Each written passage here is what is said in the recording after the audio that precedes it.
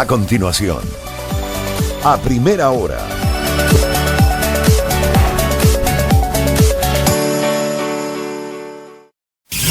El siguiente programa tiene clasificación A, apta para todo público. Contenido, opinión y informativo. Las opiniones vertidas en este programa son de exclusiva responsabilidad de sus periodistas y entrevistados. Majestad FM respeta la libertad de expresión con responsabilidad. Majestad FM presenta a primera hora un recorrido informativo por los hechos más importantes del Ecuador y el mundo. Majestad FM presenta a primera hora un recorrido informativo por los hechos más importantes del Ecuador y el mundo. Y la opinión fresca, diversa y plural. Al aire, los contertulios Fabricio Vela y Alexis Moncayo. Bienvenidos.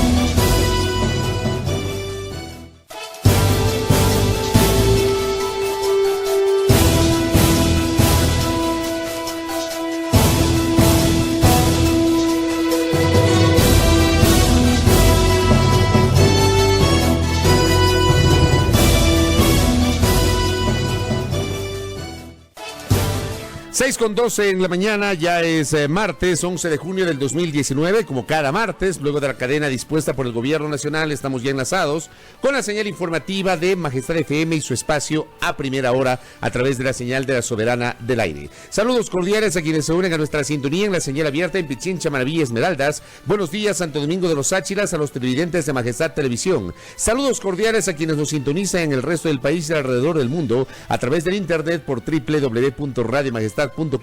Estamos en vivo por Facebook Live a través de las fanpage de Majestad FM y de A Primera Hora, y también a través de la retransmisión de ecuadorinmediato.com, el primer portal de noticias del Ecuador. Alexis Moncayo y quienes habla Fabricio Vela, los contertulios les saludamos y estamos listos para los siguientes minutos de noticias, entrevistas, comentarios de interés. Wendy Barreiro, que ya se prepara para septiembre en la coordinación y manejo de redes sociales. Juan Pablo Constante, DJ Line, en el Control Master. Contertulio, bienvenido, buenos días. Hola, Contertulio, ¿cómo estás? Muy buenos días, saludos cordiales a todos ustedes, amigos. Hoy mañana de martes 11 de junio de 2019, estamos listos ya para empezar con todo este espacio de noticias, de entrevistas, de análisis, de opinión a primera hora a través de la señal de la Soberana del Aire, Majestad FM. Un fuerte abrazo a quienes nos ven a través de Majestad TV en Santo Domingo y quienes nos siguen y nos escuchan gracias a todas nuestras frecuencias y también a través del primer portal web del Ecuador, ecuadorinmediato.com. Hoy día martes, ustedes como siempre están invitados a participar de este espacio. Nuestra cuenta de Twitter es @primerahora_EC y también pues pueden hacerlo a través de los comentarios en la fanpage del Facebook una vez que se enganchen con la transmisión en vivo. Contertulio, usted hoy que ha venido de buen genio, hay un ambiente de mucha de jolgorio, paz, de tranquilidad, se respira, ¿no? Aquí en el estudio de Primera Hora. Cosa Cuéntenos rara, qué agenda tenemos para hoy martes. Cosa rara, bueno, estará con nosotros el doctor Juan José Murillo, vocal del Consejo de la Judicatura, para hablarnos sobre el desarrollo del proceso de evaluación a los jueces y conjueces de la Corte Nacional de Justicia y también la polémica que aparentemente ya se ha subsanado con la Fiscalía respecto de quién decide las comisiones de servicios. La Judicatura informará al respecto con el vocal Juan José Murillo. También estaremos analizando el tema de Brasil, todo un escándalo lo que está pasando en Brasil. Quinto Lucas, ex vicecanciller de la República y analista en temas internacionales, visitará nuestra mesa de trabajo y también hablaremos sobre la fiesta de San Pedro y del Sol 2019 en el Cantón Cayambe, provincia de Pichincha. Su alcalde, Guillermo Churchumbi, visitará nuestra mesa de trabajo. 6:15, titulares a continuación. El siguiente segmento tiene contenido y informativo. En A Primera Hora, los titulares de la jornada de hoy. 6 de la mañana con 16 minutos, Ecuador sale a los mercados a reperfilar deuda externa en bonos. El ministro de Defensa critica a la Asamblea por no aprobar leyes propuestas por su cartera de Estado. 5 nuevos procesados por presunto peculado en el caso Singue. Fiscalía extraerá datos de los equipos incautados a Pamela Martínez y Laura Terán. Revés judicial a CNEL por la lectura de planillas erráticas. Retornó Richard Carapaz al país. El mejor regalo que me podría dar a Ecuador es el respeto al ciclista, dijo el campeón del Giro de Italia. 6:12 en la primera hora.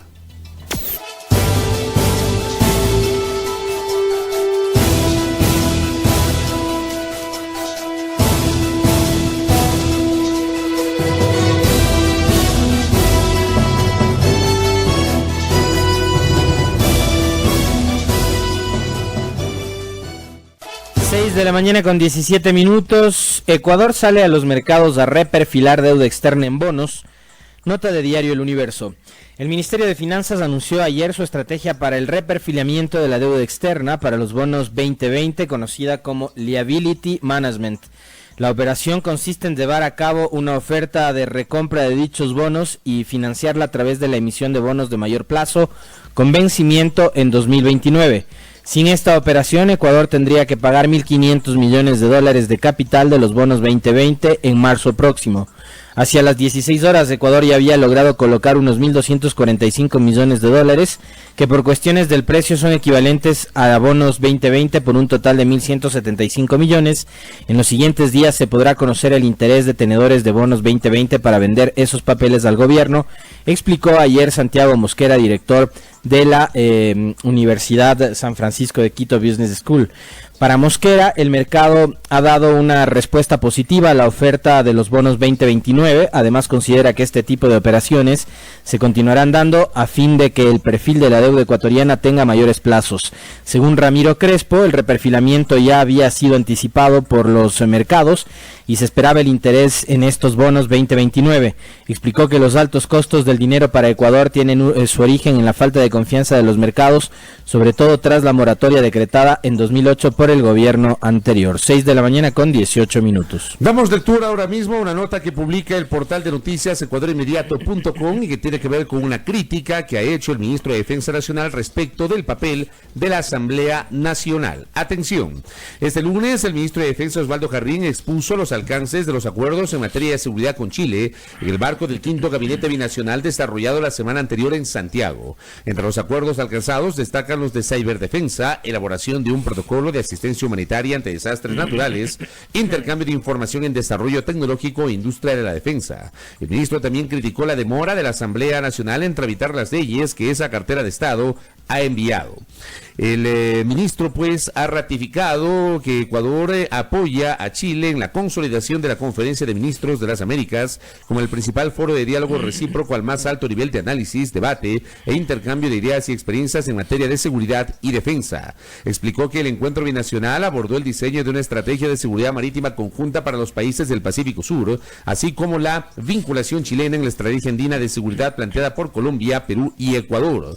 El ministro mencionó que el aeropuerto de San Cristóbal está siendo mejorado para que tenga las condiciones óptimas para las aeronaves extranjeras que cooperarán en la vigilancia del archipiélago, a la vez que criticó a la Asamblea por no aprobar las leyes que el ministerio ha enviado, pese a que está decretado el estado de excepción, lo que las hace más urgente. 6 de la mañana con 19 minutos en la primera hora.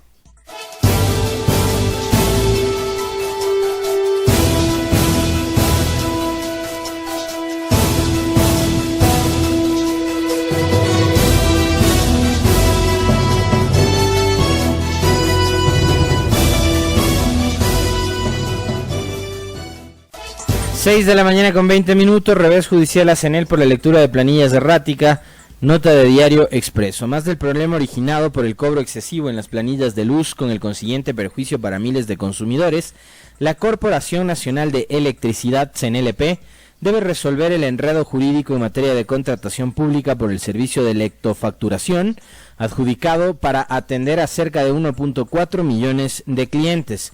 La empresa pública ha reconocido no solo que hubo errores en la lectura del consumo de energía, aumentando injustificadamente el cobro a los ciudadanos, sino que decidió facturar sobre la base de promedios anteriores. Judicialmente ha sido obligado a devolver a los usuarios lo cobrado en exceso, pero además afronta otra orden judicial que deja sin efecto la terminación del contrato del que surgió la errática lectura de planillas. La entidad designó a Proyelect Holding para que se hiciera cargo del servicio de lectofacturación, después de que el pasado 31 de enero resolviera terminar de manera unilateral y anticipada el contrato que en enero de 2018 había firmado con Cercoel S.A. por $12 millones con un plazo de 2 años. Esa decisión administrativa tomada durante la gestión de Wilfrido Ventimilla, anterior gerente general de CNLP, implicó el cobro de multas a la contratista por $1.378.000. Pero ayer una sala especializada de la Corte Provincial del Guayas ratificó la sentencia de un juez de primera instancia dictada el pasado 11 de marzo que declaró con lugar una demanda de acción de protección con medida cautelar en contra de CNEL y Cercoel. Es decir, el fallo dejó sin efecto todas las acciones administrativas que daban por terminado el contrato suscrito en 2018. 6 de la mañana con 22 minutos. Diario El Comercio titula: Fiscalía extraerá datos de los equipos incautados a Martínez y Terán.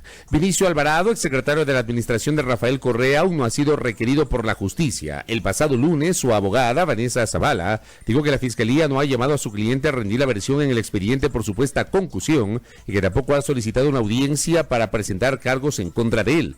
Por ahora desconozco su paradero. Tampoco hemos pedido analizar la estrategia, agregó la abogada. Esto ocurre luego que un tribunal de la Corte Nacional de Justicia levantara su orden de detención el pasado viernes tras aceptar el habeas corpus solicitado por el exfuncionario. Hasta el viernes, Alvarado era buscado por la policía por una supuesta participación en una trama de sobornos por la que están procesados los exfuncionarios Alexis Mera y María de los Ángeles Duarte, pero con el fallo del tribunal la medida quedó sin efecto. Zavala explicó que todavía no ha podido acceder al proceso judicial ya que su cliente no está imputado y que la única información que tiene hasta ahora es el audio de la audiencia de formulación de cargos de Mera y Duarte. Ayer esta última se presentó en la Corte Nacional de Justicia a las 9:50. La jueza Daniela Camacho le ordenó comparecer cada lunes y jueves y usar un grillete electrónico mientras se la investiga. Duarte fue mencionada en la primera declaración que entregó la ex asesora de Correa, Pamela Martínez, a la Fiscalía. Afirmó que el expresidente le ordenó elaborar una contabilidad paralela de los gastos de la campaña de Alianza País en el 2013. Dijo haber recibido aportes de contratistas estatales, entre estos de Odebrecht,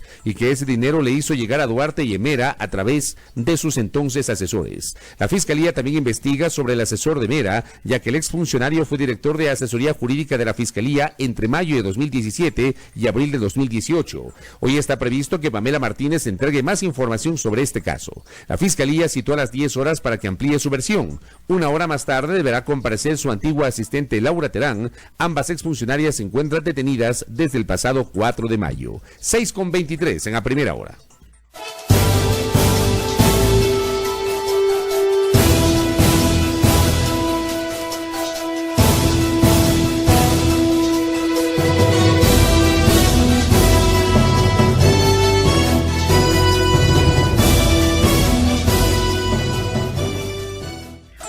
Seis de la mañana con 24 minutos, 5 nuevos procesados por presunto peculado en el caso Zingue.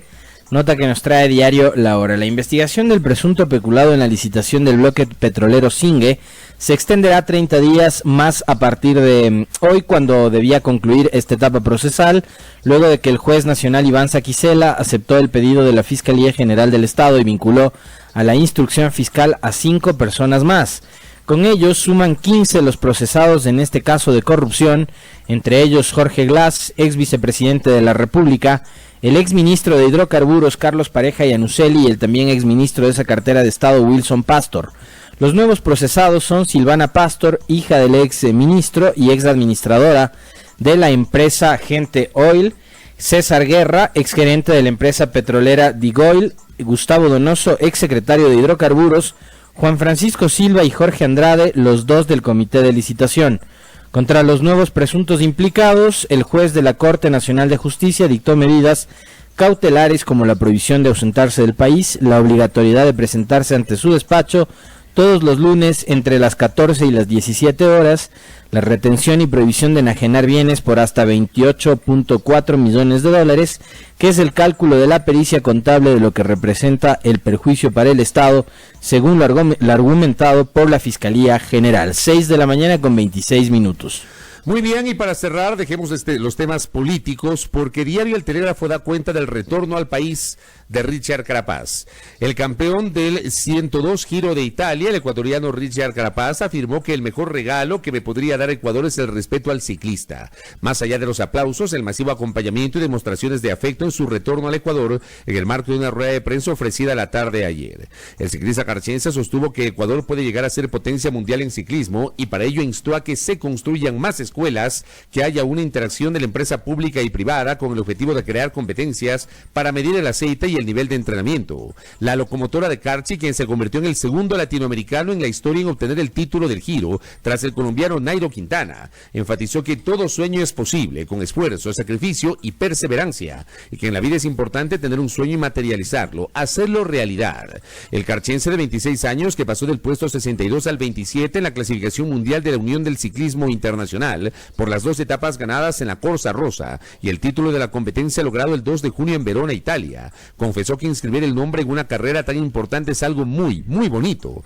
pues fue el mejor sueño que he tenido en mi vida. Yo creo que es una emoción que todavía no la puedo asimilar. Es un recuerdo que lo pienso conservar hasta que tenga uso de razón, manifestó. Reveló que su capacidad de adaptación, su mentalidad abierta fueron claves para poder entrar en el ciclismo de Europa. Reveló que ver a sus hijos antes de la carrera fue un plus para competir. Hoy martes, Carapaz se trasladará al Palacio de Carondelet para establecer un diálogo con el presidente Lenín Moreno. Luego será recibido por el alcalde metropolitano Jorge Yunda, quien entregará un reconocimiento deportivo, y mañana miércoles estará en su tierra, en Tulcán, provincia del Carchi. 6:27 en la primera hora.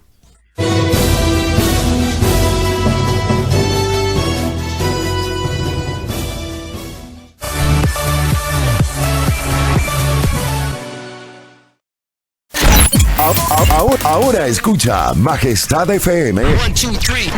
Ahora escucha Majestad FM en el canal 3 de TVNet. Majestad FM. Majestad FM. Con todos sus programas, locutores y DJs, están las 24 horas contigo en el canal 3 de TVNet. Majestad FM. La soberana del aire. Ahora en el canal 3 de TVNet.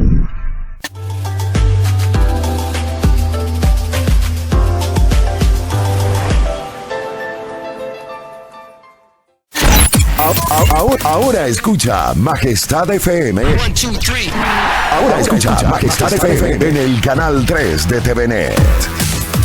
Majestad FM. Majestad FM. Con todos sus programas, locutores y DJs, están las 24 horas contigo en el canal 3 de TVNet. Majestad FM. La soberana del aire. Ahora en el canal 3 de TVNet.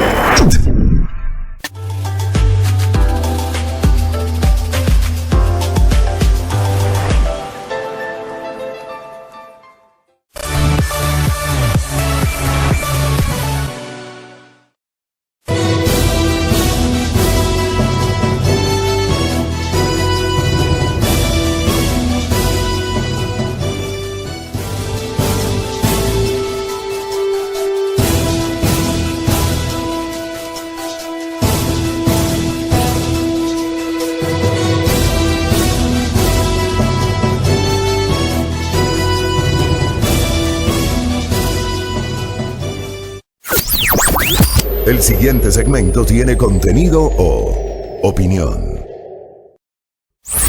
Los contertulios analizan ahora la actualidad del país y el mundo.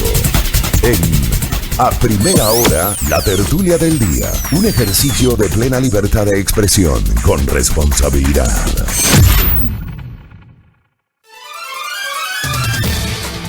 6:30 en la mañana, gracias por la sintonía, gracias por la interacción, gracias por los comentarios y también saludos cordiales a quienes ya se unen a nuestra sintonía a través de la señal abierta de Majestad FM, la soberana del aire, y también a quienes nos sintonizan a través de las diferentes plataformas digitales, www.radiomajestad.com, la retransmisión de ecuadorinmediato.com y por cierto, estamos en vivo a través del Facebook por las fanpages de A Primera Hora y de Majestad FM. Contertulio, ¿cómo le va? Bien, Contertulio, con... digamos, la fe puesta en que hoy los chicos de la sub-20 den otra vez alegría al país y nos regalen esa clasificación a la final de este Mundial de Polonia 2019, sub-20. Sería fantástico. Sería una locura. Sería fantástico, Ajá. fantástico. 13 horas con 30 minutos el partido en Polonia. Así que estamos expectantes y todas las energías, toda la fuerza para nuestros deportistas, nuestros jugadores que realmente han hecho un excelente, un estupendo papel en este Mundial Sub-20. Ojalá que las cosas se den y puedan inscribir otra vez su nombre dentro del desarrollo de esta Copa del Mundo que se juega en Europa, en Polonia. Ayer regresó Carapaz. ¿Pudiste seguir las incidencias de su llegada, ¿no? Sabes que yo incluso estuve invitado a la rueda de prensa, pero no pude ir, tuve una complicación personal y no pude estar ahí. Y sí, seguí el tema de la llegada, el momento que arriba, pues, el avión, el arco de agua, la llegada de Carapaz, su recibimiento en el aeropuerto, la caravana hasta el redondel del ciclista, la rueda de prensa, con la participación del periodista de ESPN, Mario Sábato, que estuvo acá, la copa que lo acredita como el ganador de la 102 edición del Giro de Italia, en fin, realmente emocionante y espectacular, pero sobre todo las palabras de Carapaz, la humildad que se le nota. Digo, tú lo ves a Carapaz, lo escuchas hablar y le notas la humildad, le notas la forma como él sigue tratando de asimilar todo lo que está pasando a su alrededor, porque evidentemente para él todo esto es nuevo. El haber ganado una de las competencias más importantes y más duras a lo largo del planeta, la forma como ha sido recibido acá en el Ecuador, todos los homenajes que se preparan, pero por cierto, esa humildad a través de la cual él ha dicho que el mejor regalo que le pueden dar es el respeto al ciclista. Realmente es parte de lo que debería ser una cultura por parte de los ecuatorianos, de quienes estamos en las calles, de quienes tenemos vehículo, de quienes no utilizamos bicicleta, de respetar al ciclista, evidentemente. Yo creo que ese llamado me parece que es pertinente. Claro, estás hablando de un campeón de ciclismo, pero creo que viene acompañado de una corresponsabilidad, porque los ciclistas también, a ratos somos imprudentes, somos irrespetuosos con el peatón, digamos, es un círculo, ¿no? El conductor del auto es irrespetuoso con, bueno, no todos, pero algunos sí, por no decir la mayoría. Pero no tenemos una cultura, ¿no? Una cultura de convivencia, sobre todo en espacios públicos. Tenemos peatones que son también imprudentes, que provocan accidentes, ciclistas, motociclistas, conductores. Es decir, el mensaje de Carapaz es un mensaje integral. Yo creo que en realidad no solo hay que respetar al ciclista, sino que hay que respetar al prójimo en general. O sea, y ojalá lo entiendan así, lo entendamos así. El mensaje de Richard es un mensaje muy profundo, sí, pero que tiene que leérselo en la integralidad. O sea, no solo tienes que, porque él quedó campeón del Giro de Italia, empezar a respetar a los ciclistas, comparándolos con Carapaz. No, lo que te está diciendo es, tienes que ser una mejor persona, en general. Hay que ser mejores conductores, no salir con rabietas cuando vas detrás de un volante. Hay gente que vive colgada del claxon o del pito, ¿no? en el auto. Eso también es algo que a los ciclistas nos desconcentra, cuando viene alguien por detrás tuyo y te presiona con el claxon o con el pito, con la bocina del auto. Sí, entonces, yo creo que el mensaje hay que leerlo de forma íntegra. Nos está diciendo que procuremos ser en realidad incluso mejores vecinos. Así que yo también comparto tu criterio. Se le ve a Richard Carapaz como cuando estuvo acá con nosotros, una persona bastante auténtica, una persona que no se olvida de sus orígenes, de sus raíces, ¿no? De sus raíces, exactamente. De su carchi. Y eso es bueno. Yo creo que, y espero desde luego que le siga yendo de película como hasta ahora en su carrera ciclística. Es un hombre bastante joven, tiene apenas 26 años, así que tiene todavía muchísimas carreras y muchos más retos y muchos más giros por delante, Richard. Así que, así como va, yo me imagino que va a cosechar muchísimos más éxitos, porque esto no es solo un tema de ser buen deportista, ser bueno solo en lo que haces, sino acompañarlo de que seas un buen ser humano, una buena persona. Y creo que en el caso de Richard se compaginan muy bien esos dos espacios, ¿no? El del profesional, del deporte, y la persona. Sí, o sea, te das cuenta la nota que tú leías de lo importante que fue para él, por ejemplo, ver a sus niños antes de la carrera. O sea, son gestos. Claro, su esposa, sus hijos, sus padres, ¿no? Claro, estuvieron ahí. son gestos que uno dice, es un deportista debe estar tan concentrado que nada puede influir en, bueno, mira, el tener a su familia cerca influyó, y además influyó para bien. Uh-huh. Entonces, además de eso te da muestras de que es un ser humano extraordinario, así que ojalá el futuro le depare a Carapaz muchísimos más éxitos, que además lo seguiremos celebrando los ecuatorianos, sí, aunque a algunos les moleste. Sí. Y aunque algunos también se quieran subir a la camioneta. Sí. Pero bueno. Y hoy como estamos con la fiebre, vino en bicicleta a los tiempos, a la radio. Así te vi. El Carapaz del futuro del contertulio, sí, no, qué va. Emulando a Richard, pero bueno. Él es la locomotora del Carchi y hay un tuitero que me ha bautizado como el tren playero. El tren playero. En fin, bueno, dejemos los deportes a un lado. Rápidamente algunos temas.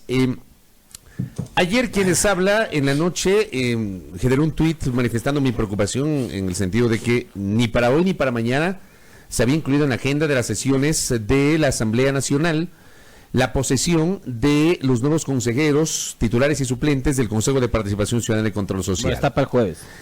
Finalmente, hacia las 23 horas, el presidente de la Asamblea Nacional, César Litardo, escribió un tuit a través del cual confirma que será el jueves 13 de junio, cuando se convoque. Todavía no está la convocatoria oficial, entendemos que hoy saldrá, pero será el jueves 13 de junio cuando finalmente la Asamblea Nacional incluye en la agenda la posesión, que simplemente ese es el rol de la Asamblea Nacional. Cosa rara, ¿no? Digamos, dentro de esta estructura extraña, se decidió que los ecuatorianos elijamos por la vía del voto popular a los miembros del Consejo de Participación Ciudadana y Control Social, y sin embargo la posesión la tiene la Asamblea, cuando la posesión debería ser, a ver, ya te entregó las credenciales el Consejo Nacional Electoral y debía ser un acto dentro del Consejo de Participación Ciudadana y Control Social, y para de contar. Es decir, yo creo que sobre eso ya la Asamblea no debería tener nada que hacer. Pero bueno, así se ha decidido. Uh-huh. La Asamblea lo va a hacer el día jueves y con eso, creo yo, se termina una larga espera. Pero claro, va a iniciar una etapa de enormes expectativas sobre, creo yo, 3 temas fundamentales. ¿Te parece que ya se ha cerrado el tema? A eso voy. Se cerró este tema, esta parte del tema. Pero se abre una etapa de tres expectativas que yo las he ubicado. La primera, saber cuál va a ser la mayoría. No con Tertulio, antes. Porque hay un recurso. Todavía no están evacuados todos los recursos en el Tribunal Contencioso Electoral. O sea, sí. Yo insisto, y no sé Claro, hay un recurso que está pendiente. Según el Tribunal Contencioso Electoral, uh-huh, ese recurso que está bajo trámite no impide la posesión. Pero me pongo a pensar, los consejeros posicionados el jueves, uh-huh, vamos a suponer que de aquí a un mes el Tribunal Contencioso Electoral resuelve. Y si la resolución del contencioso implica la destitución, supongamos ese escenario no consentido, descalificación, pero puede implicar la descalificación de 2 de los consejeros principales y 1 de los consejeros suplentes, ¿qué va a pasar allí? O sea, va a pasar, desde mi punto de vista, que sigues abonando a la desinstitucionalización. O sea, todo lo contrario de lo que has tratado de venderle al país durante estos meses, ¿no? O sea, primero que tienes recién al día jueves, 13 de junio, la posesión de las autoridades, es decir, 30 días después de cuando debían haber sido posesionados. Por un lado. Por el otro, has tenido todos estas dilatorias que se han provocado por intenciones directas de algunos actores políticos, y aquí nos lo dijo incluso el propio presidente del Tribunal Contencioso. Pero, a ver, si yo juez veo que tus argumentos son leguleyos, yo sigo rechazando, o por último que se posesionen y yo sigo evacuando los recursos. Pues. Pero eso es lo que va a pasar, pues. El tema es... Pero un mes después, pues, con Tertulio. A ver, el tema es que se van a posesionar y hay este riesgo. Ya, y lo otro. Las declaraciones de la consejera electoral Estela Cero me parece que han caído en saco roto. Sí, nadie le ha parado bola. Porque nosotros las mencionamos al cierre de la semana pasada, pero yo no he visto que ningún otro medio de comunicación nadie se haya escandalizado o haya hecho mayor cobertura o haya buscado alguna reacción adicional de la consejera para que explique, para que aclare y para que diga, ¿no?, con nombres y apellidos, quiénes son estos actores de la política ecuatoriana que iban a los despachos del CNE a tratar de presionar para que se descalifique a los candidatos al Consejo de Participación Ciudadana. Entonces, yo ahí también me pregunto, ¿qué tan demócratas somos finalmente? O sea, ¿somos demócratas únicamente de fachada o somos demócratas en la esencia? No, de fachada. Porque en Olvídalo. democracia, vean, pueden participar quienes gocen de sus derechos políticos, ¿no? Y ciudadanos. El que sea, nos caiga o no nos caiga bien, pero si tú vas al organismo electoral a presionar para que descalifiques a X candidato porque te disgusta, porque es correísta, porque es afín a no sé qué tendencia y no sé cuánto, entonces, discúlpame, no eres demócrata. Así de sencillo. Pero ¿sabes qué? La consejera Cero debió haber hecho la denuncia en su momento, pues. Claro, lo Ahí hace también se quedan- tarde. se quedan callados, pero de alguna forma, no dicen nada. Pero de alguna forma con Tertulio lo ha hecho. Y lo ha Ya. hecho público y me parece que en Pero debería estos decir momentos... quiénes le fueron a presionar, pues, al En Consejo Nacional en estos Electoral. momentos donde hay, yo sí creo que hay mucho miedo, donde creo que hay mucho temor, donde creo que hay muchas presiones, el que lo haya hecho también demuestra un cierto nivel, no mayor, pero sí un nivel de valentía de la señora Cero. Lo Sí. que sí creo yo es que debería decir quiénes fueron. Exacto. O sea, díganos quiénes son, ¿Quiénes son? además para tenerlos identificados, ¿no? ¿quiénes Porque porque si vienen después de ir a presionar para que descalifiquen X nombres porque les caen mal, y vienen a venderme a mí la idea de una consulta popular para eliminar el consejo, vamos. O sea, un poco más de seriedad, de consistencia, de coherencia en lo que haces y lo que dices. Claro, bueno, dejemos esa parte, que no es un dato menor el que ha mencionado el contertulio, y sí, hay que ubicarnos en ese posible escenario, en ese eventual escenario de algo que podría ocurrir dependiendo de lo que resuelva en el Tribunal Contencioso Electoral. Pero bueno, separemos eso, porque el jueves, luego de la posesión, digo, hay algunos escenarios que se abren. El primero, la elección de autoridades del Consejo de Participación Ciudadana y Control Social. Se hiló muy fino con Tertulio la semana anterior respecto de que supuestamente ya estaría la nueva mayoría al interior del Consejo de Participación Ciudadana y Control Social. Se hiló muy fino. Hubo, por ejemplo, colegas que dentro de su olfato leyeron con, creo yo, con mucha finura el momento en el cual 4 de los 7 consejeros, o 4 de los 6 consejeros, porque una consejera no se posesionó, envió a una persona en su representación, me refiero a Sofía Almeida, pero 4 de los 6 consejeros presentes subieron a la tarima y, claro, aparecieron unidos y se felicitaron entre sí. Me refiero al Padre Tuárez, a Cristian Cruz, a Victoria de Sintonio y a Walter Gómez. Dentro de esta finura que yo decía de la lectura periodística, algunos colegas consideran que esta es una señal, o consideraron que esa es una señal de lo que podría ser eventualmente un evento no consentido, la conformación y ahora definición de la mayoría en el Consejo de Participación Ciudadana. Se requieren 4 de 7 para poder elegir autoridades, es decir, mayoría absoluta, la mitad más 1 de la integración del pleno de este organismo. Con 4 eliges presidente y vicepresidente, y claro, hay, digamos, esta lectura muy fina de que podría esta mayoría estar conformada por los 4 consejeros que acabo de mencionar. No sé, veamos qué pasa el jueves. Creo yo que ese es el primer escenario del cual podríamos estar hablando luego de la posesión en la Asamblea y la primera sesión por parte del Consejo de Participación Ciudadana. Un segundo escenario posterior, creo yo, será el análisis al interior de este nuevo Consejo respecto de sus atribuciones y de que, más allá de los denominados mandatos expedidos por el Consejo Transitorio y de este blindaje emitido en su momento por la Corte Constitucional, vamos a ver si ese Consejo toma alguna decisión en el ámbito de sus competencias y con base en lo que dice la Constitución, para eventualmente revisar ciertas actuaciones del transitorio, que esto también ha sido mencionado por algunos de los futuros nuevos consejeros. Yo creo que este va a ser el otro escenario. Y un tercer escenario, la campaña que ha comenzado ya, que ha sido anunciada la semana anterior por este comité o esta comisión liderada, entre otros, por el todavía consejero transitorio, el doctor Pablo Dávila, conjuntamente con personajes como la ex vicepresidenta Rosalía Arteaga o como el escritor Simón Espinosa, de comenzar una cruzada para fomentar la eliminación del Consejo de Participación Ciudadana y Control Social.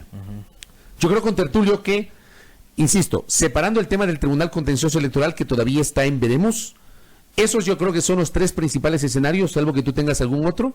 Son los tres principales escenarios que yo ubico dentro de lo que podrían ser las primeras ejecutorias del Consejo de Participación Ciudadana. Sí, de acuerdo, esos son, en realidad. Yo no sé si se pueda considerar, por ejemplo, digo, ya más en lo de forma que en lo de fondo, el hecho de que 4 de esos consejeros hayan subido a la tarima a hacerse una foto, se pueda considerar como un mensaje político. Me nombras al padre Tuárez. Yo he visto fotografías de Tuárez en redes sociales donde aparece con Fernando Balda. Y por eso ya le han dado palo. Claro, entonces, no, yo no me quedaría únicamente en el detalle de la foto. Sí, yo tampoco. Lo que sí iría quizás más allá al hecho de que, señores, estos consejeros fueron elegidos en las urnas. Les guste o no, estos sí fueron elegidos democráticamente por la gente. No fueron puestos a dedo a través de una terna. Una terna enviada por el presidente a la asamblea y ahí en medio de las negociaciones políticas, ¿no? Estos fueron elegidos a través de las urnas y les guste o no les guste, salieron ganadores. Ya vayan ustedes allá a reflexionar sobre si llamar a la gente a votar nulo fue un error estratégico. Me parece que es evidente que lo fue. Podían haber hecho lo que hicieron otros, que es pedir que voten por tales o cuales, lo que no implica tampoco ningún tipo de compromiso, creo yo. Pero había gente anticorreísta como muy buena opción, ¿no? El mismo David Rosero, Fausto Lupera, Pablo Ponce, el abogado de Guayaquil, Hernán Ulloa. O sea, había un anticorreísta. A la molestina. Para repartir habían anticorreístas. Ya si no votaron por ellos, es una pena. No, tenían que haber votado. Es el juego de la democracia, además del juego de la democracia. Sí, pero no se respeta. Al que nos obligaron ustedes mismos a acudir, porque ustedes fueron quienes respaldaron la consulta popular y las temáticas que se planteaban del 4 de febrero del 2018. Pero somos, como tú dijiste hace minutos, somos demócratas para unas cosas y para otros no. Tenemos una sociedad que tenemos una sociedad que mide así las cosas, que mide así. Claro, tú tienes un segmento de gente que desnaturaliza este nuevo consejo porque creen que no es un consejo legitimado o legítimo, legítimo. Yo siempre tengo esa discusión, ¿no? Para alguna gente, ¿qué es lo legítimo? ¿Qué es lo legal? Es legal pero no legítimo. ¿Qué es lo legítimo? Yo siempre digo, una autoridad se puede legitimar con base en las decisiones que pueda adoptar, por un lado. Por otra parte, si gana por un voto de diferencia, esto es como el fútbol. Ganas en el minuto 95 con un penal pitado sobre la hora, terminas ganando el partido. Y en la estadística está reflejado que ganaste el partido. Igual, ganaste la elección. O sea, siempre hay esta discusión sobre la legitimidad y la legalidad, que a mí me parece muy chocante porque se la ubica o se la menciona dependiendo de la coyuntura, dependiendo de los afectos y desafectos. Eso pasa con este Consejo de Participación Ciudadana. Ahora, sí. Pero eso pasa también porque en nuestro país, lamentablemente, la clase política no procesa todavía de la manera correcta ni los triunfos ni las derrotas. Me parece que pasa por ahí, por una falta de comprensión de los resultados políticos. O sea, cuando perdiste creo que tienes que demostrar madurez a la hora de aceptar esos resultados, y si ganaste de igual manera tienes que mostrarte sobrio, ¿no? Pero en cambio acá es el ganador tiene que ir y restregar el triunfo en la cara del derrotado, pues. Y el derrotado empezar a reclamar fraude. O sea, eso es una constante, es ya lo típico de la clase política del Ecuador. No olvídalo, aquí no hay madurez. No, para nada. Aquí no hay madurez, no hay madurez. Y claro, este consejo se menciona por los errores del pasado, por la estructura, por el diseño, y empieza este debate en caliente sobre la eliminación del consejo y el retorno a la función legislativa de las atribuciones de designación de autoridades de control. Bueno, ojalá que este debate, cosa que dudo mucho, porque este país dista mucho de tener un debate serio sobre temas fundamentales. Perdóneme, pero es así. Pero ojalá que en este caso, al menos quienes promueven la eliminación del Consejo de Participación Ciudadana y Control Social, promuevan un debate serio, responsable, muy responsable, sobre por qué hay que eliminar este organismo.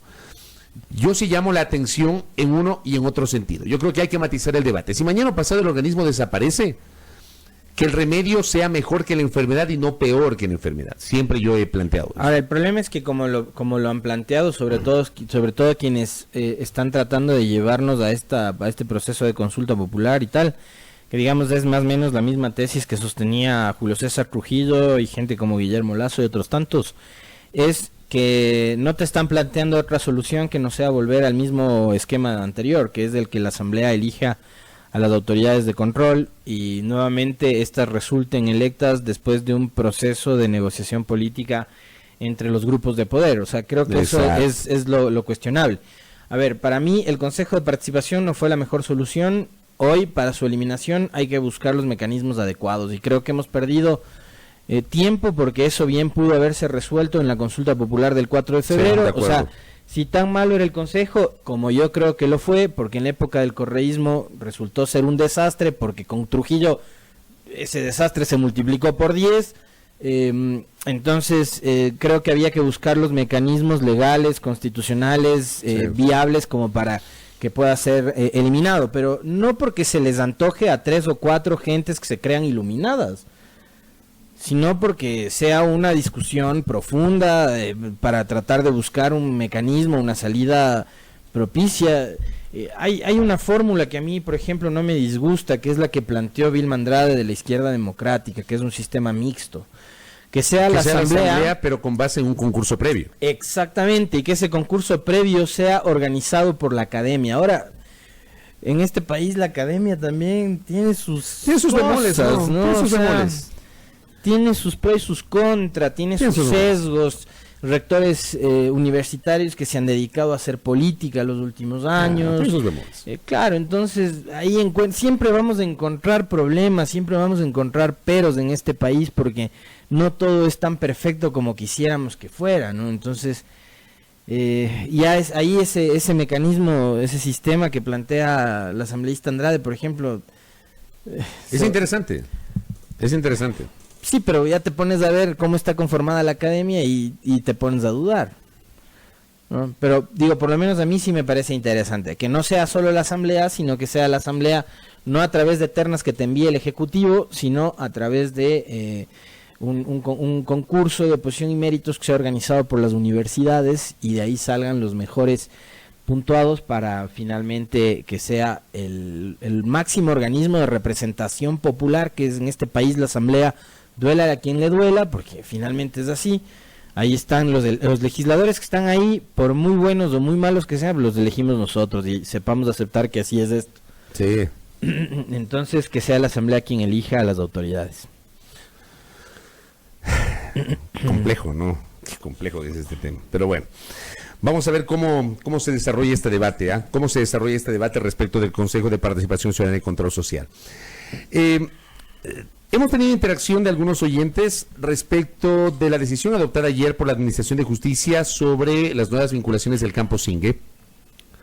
Yo tengo dos preocupaciones de modo particular y sí, vamos a procurar invitarlo en los próximos días a especialistas en la materia para analizar este tema. Uno de ellos, Augusto Tandazo, que conoce justamente de los temas petroleros. Pero tengo dos preocupaciones sobre dos personas en particular y digo, tengo esa preocupación porque sus casos los he leído, he procurado investigar cuál ha sido su rol y me refiero a Silvana Pastor y a Gustavo Donoso. En el caso de Silvana Pastor, claro, ella ha sido vinculada porque en su momento fue apoderada, no sé si sigue siendo apoderada, de la empresa Gente Oil, que conforma este consorcio con Digoil, que fue el adjudicatario del contrato para la explotación petrolera del denominado Campo Singue en la provincia de Sucumbíos. Digo, me hace ruido porque, de acuerdo a la información que he recibido, a la información que se me proporcionó en los últimos días, cuando Wilson Pastor, siendo ministro, y ojo, Jorge Glass siendo ministro también, y siendo Carlos Pareja Yanuseli parte de esa estructura del esquema de hidrocarburos en aquel tiempo, estoy hablando del año 2012, Silvana Pastor no era ni apoderada, ni gerenta, ni empleada, ni formaba parte de ningún cargo. No era parte de Gente Oil, sino que ella pasa a formar parte de Gente Oil posterior a la adjudicación del contrato a este consorcio. Claro, uno puede hilar fino, ¿no? Y puede decir, le dieron el contrato y después de pocos meses o de pocas semanas resulta que la hija del ministro de ese entonces que adjudica el contrato se integra a esa compañía. Digo, se puede hilar fino, puede haber presunciones, pero en derecho, entiendo yo, contraltor, y corrígeme si estoy equivocado, lo que hay que determinar son los hechos y los hechos concretos. Y de lo que yo he revisado, la señora Pastor, cuando Gente Oil accede a ese contrato, no era parte de esa empresa. Entonces, sí me llama la atención esa vinculación. Si esa vinculación será sobre la base de una presunción, y no necesariamente sobre la base de una certeza. Primero, yo me imagino que los abogados, con base en esto que estoy señalando, prepararán su defensa. Y lo de Gustavo Donoso, que también he revisado y he investigado, Gustavo Donoso fue subsecretario de Hidrocarburos entre abril del 2012 y abril del 2014. Pero de acuerdo a lo que pude revisar, e insisto, es simplemente una información que estoy proporcionando con base en reportes y en documentación que he recibido en las últimas semanas, Gustavo Donoso entra como subsecretario de Hidrocarburos cuando ya había sido adjudicado el contrato a Gente Oil, cuando ya habían pasado las fases precontractual, contractual y la adjudicación del contrato. Y en su rol de subsecretario de Hidrocarburos ya no tenía ninguna potestad para poder justamente echar abajo ese contrato. Digo, son consideraciones que sí me llaman la atención. Como digo, no soy un especialista en la materia, pero comento lo que he revisado con base en alguna información que he recibido en estas últimas 2 semanas. Y vamos a procurar en estos días contar con la presencia de un especialista que nos hable sobre el tema del campo Zingue. Lo que digo, y pongo en contexto estos 2 hechos, estas 2 referencias sobre 2 personas en particular, sin pretender decir que son inocentes, porque yo repito, y no me cansaré de decirlo, a los periodistas no nos corresponde señalar si fulano, sultano, mengano, perencejo son inocentes o culpables. Pero sí que nos corresponde comentar o informar con mucha seriedad y responsabilidad este tipo de temas. Yo simplemente me limito a comentar detalles de información que he recibido en estas semanas. Y ojalá que este tema no se convierta igualmente en una suerte de cacería de brujas. Si es que hubo alguna irregularidad, pues que se establezca cuál fue la irregularidad y que se sancione esa irregularidad ya demostrada con el máximo rigor de la ley. Pero que no se convierta en una cacería de brujas en este afán, en esta lucha de tratar de encontrar culpables y tratar de seguir posicionando en la opinión pública este frame de que todo ha sido corrupto, de que todas las adjudicaciones tuvieron un lleve, de que en toda adjudicación hubo sobornos, hubo coimas, de que hubo algún chanchullo por detrás. O sea, cuando tú generas una información determinada sobre un hecho de posible corrupción, ya estás poniendo en el imaginario de la gente esa sensación de que todo es corrupto. Ajá. O sea, eso es lo que a mí me hace ruido. Pero así hemos pasado, serio, ¿no? Así hemos pasado los últimos años. Que sea muy serio el tema. O sea, yo lo que planteo es que sea muy serio el tema. Digo, yo he mencionado 2 casos. Vamos a suponer que estas 2 personas terminan siendo culpables, pero que se demuestre la culpabilidad. Y si son culpables, que se las sancione. Pero que se las sancione con base en pruebas fehacientes y en derecho, respetando el derecho a la defensa y la presunción de inocencia, que son conceptos que no siempre se manejan aquí en el Ecuador. Porque aquí en el Ecuador estamos acostumbrados a lanzar lodo con ventilador, echarle la culpa y señalar a todo el mundo, decir que todos son corruptos, y luego cuando demuestran su inocencia, resulta que ya el daño está hecho. Y ya posicionaste un frame de que efectivamente todos los hechos están marcados por la corrupción. Así que este tema, a propósito de los mensajes que hemos recibido, lo vamos a abordar en los próximos días. Muy bien. 6 de la mañana, 59 minutos. Vamos a la pausa. Al retornar estaremos hablando sobre los detalles del proceso de evaluación de los integrantes de la Corte Nacional de Justicia. Nos va a acompañar uno de los vocales del Consejo de la Judicatura. No se desconecte de la señal de Majestad FM.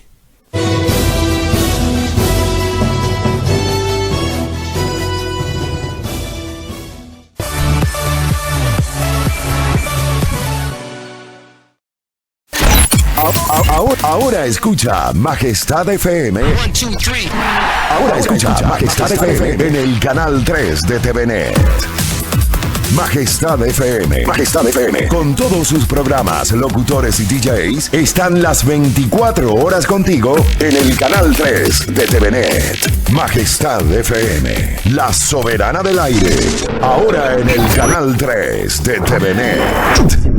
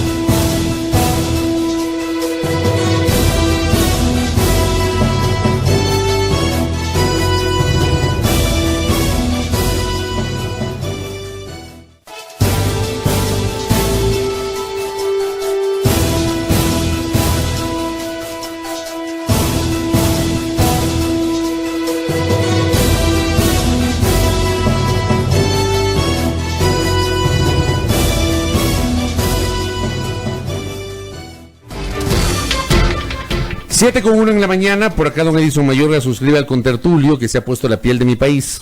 Dice, suscribo lo de Alexis, no hay madurez. Unos salían a decir que la revolución venció y nunca morirá, y otros cuando perdían amenazaban con quemar la ciudad. Aquí no hay madurez, ¿no? Para aceptar un resultado. Muy poco de democracia, ¿no? Hay gente, un segmento de la sociedad que se precia de ser demócrata y resulta que no acepta los resultados. O los acepta cuando evidentemente les favorece, cuando no les favorece no los acepta. Pero bueno, dejemos esos temas de lado, hablemos del proceso de evaluación de la Corte Nacional de Justicia y otros detalles a cargo del Consejo de la Judicatura. Hace pocos días, Diario El Universo publicaba que la evaluación a la Corte Nacional de Justicia llevaría más o menos, o tomaría más o menos 3 meses y medio. Sobre 100 puntos, 80% cualitativo, 20% cuantitativo, se evaluaría a los jueces y conjueces de la Corte Nacional de Justicia, periodo de evaluación que abarcará de diciembre del 2014 al 31 de diciembre del año 2018. Para abordar justamente este tema y conocer los detalles de este proceso, nos acompaña el doctor Juan José Murillo, vocal del Consejo de la Judicatura. Doctor, bienvenido, buenos días. Gracias, buenos días. Bueno, comenten los detalles sobre estos parámetros que van a ser tomados en cuenta para evaluar a los jueces y conjueces de la Corte Nacional de Justicia. Gracias, muy buenos días. En relación a este tema, debo manifestar que vamos a realizar una evaluación integral. Esto es lo que hemos determinado como Consejo de la Judicatura definitivo. Nos alejamos totalmente y nos aportamos de la tradicional evaluación de desempeño únicamente. Lo llamo integral, lo hemos llamado integral por parte del Consejo, en razón de que hemos incorporado a más de los parámetros cuantitativos y cualitativos, 2 parámetros que corresponden a legitimidad y transparencia. ¿Qué es legitimidad? Legitimidad lo vamos a verificar incluso desde el origen de la designación de cada uno de los jueces. En relación a verificar el cumplimiento de requisitos, hemos establecido una matriz de verificación de cumplimiento de requisitos desde su postulación, desde el proceso en sí, hasta su posesión como juez de la Corte Nacional de Justicia. O sea, hay la forma de determinar, de detectar que su proceso de designación fue irregular. Por supuesto, nosotros tenemos en los expedientes del Consejo de la Judicatura toda la postulación de los jueces, más aún cuando ya han sido designados, pasan a formar parte de la carpeta del expediente de cada uno de los jueces de la Corte Nacional. Incluso recordemos que existe un informe por parte de la Contraloría General del Estado, realizó un examen a el concurso de jueces y conjueces de la Corte Nacional de Justicia, en el cual ya en el borrador leído existen ya observaciones en relación a falta de cumplimiento de algunos requisitos. Por ejemplo, mencionaba el tema de la falta de presentación de declaraciones juramentadas en relación al tema, y también algunos inconvenientes en relación a autorías de libros presentados para obtener puntos dentro del proceso. Entonces, todos esos documentos también serán verificados. Tenemos también un informe por parte del Consejo de Participación Ciudadana y Control Social, que fue realizado con objeto de la revisión para el cese de funciones del Consejo de la Judicatura. Entonces existen también ese documento que dice sobre el tema de la Corte Nacional. Existen también observaciones dentro del proceso de selección y designación de los jueces de la Corte Nacional de Justicia. Incluso existen casos ahí analizados por parte del Consejo de Participación Ciudadana y Control Social Transitorio. Ahora, si es que se llegase a determinar dentro del proceso de que algún juez incumplió con estos detalles, con estos parámetros que usted acaba de señalar, por ejemplo, el tema de la presentación de libros o declaraciones juramentadas, es decir, no cumplió con todos los requisitos, ¿se podría caer esa designación? ¿Podría perder el cargo? El Código Orgánico de la Función Judicial establece como falta gravísima precisamente el incumplimiento o la falta de presentación o documentos, o peor aún, documentos falsos que se han presentado dentro de la asignación, y lo determina como una falta gravísima. Entonces sí podría perder el cargo. Claro, como destitución. Así es, destitución. Destitución es lo que establece el Código Orgánico de la Función Judicial. Este proceso, digo, por lo que estamos viviendo, que no es un secreto para nadie, este proceso no es una suerte de pesquisa. ¿O cómo hacer para no convertirlo en eso? Nosotros nos hemos trazado como criterios dentro de la evaluación totalmente técnicos. Es por ello que nosotros hemos solicitado el concurso de la academia, los cuales nos han proporcionado nombres de catedráticos, que es importante mencionar esto, cumplan con los requisitos que tienen los jueces de la Corte Nacional de Justicia. Los mismos requisitos deben cumplir para formar parte tanto del equipo de expertos como el equipo de evaluadores. En este sentido, nosotros hemos determinado como consejo parámetros totalmente técnicos que ya han sido validados por el comité de expertos, quienes nos entregaron hace una semana ya diría yo, el aval técnico de los requisitos que se han sido generados. Ahora, es importante aquí mencionar, nosotros nos desmarcamos totalmente de la persecución política o nos desmarcamos del revanchismo, todo queremos hacer un proceso técnico. Recuerden que estamos evaluando a la más alta corte de justicia del país, por lo que no podemos jamás apartarnos del tema técnico. Hay la creación de un comité, ¿ahí van a participar los académicos? Los académicos ya participaron en el comité de expertos y ellos nos pero entregaron hay un comité evaluador. Pero hay un comité evaluador, sí, que será designado hasta mediados del mes de julio. En este momento nos encontramos preparando ya la información y clasificando la información para entregar a estos evaluadores. ¿Quiénes van a formar parte de ese comité de evaluación? Tenemos un banco de elegibles. Este banco de elegibles ha sido otorgado por la academia, y el pleno del consejo, a través de un informe presentado por la Dirección de Talento Humano del Consejo de la Judicatura, verificación de perfiles y otras prohibiciones e inhabilidades, elige dentro del pleno los 5 vocales quiénes son los evaluadores. ¿Los elegibles son miembros de la academia o son abogados en libre ejercicio? ¿Cuál es el perfil de esos elegibles?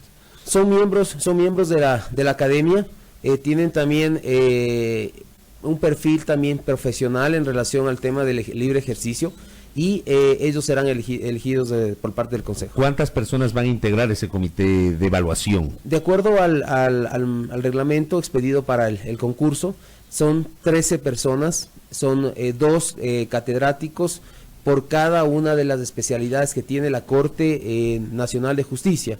Tenemos las especialidades de lo que es civil, tenemos el penal, tributario, tenemos contencioso administrativo, laboral, y tenemos niñez y familia, y adicionalmente son 2 catedráticos por cada una de las materias, son 12, y tenemos un constitucionalista que será transversal para el proceso del concurso de evaluación. En caso de encontrarse o detectarse irregularidades en el proceso de designación de los jueces, doctor, ustedes pueden iniciar acciones. ¿Esas acciones podrían ser en contra de quién? ¿De los jueces designados o de quienes los designaron?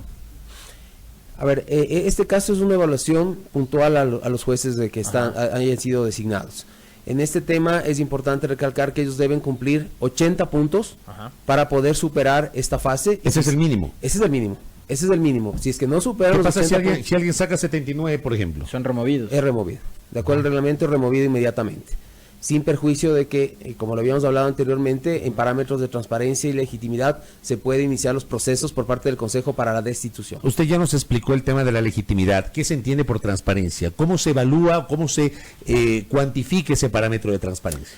Nosotros hemos considerado como parámetros de transparencia importantísimo. Primero, el juez o el conjuez que va a ser evaluado tendrá que suscribir un documento para el levantamiento del sigilo bancario y acceso a patrimonial.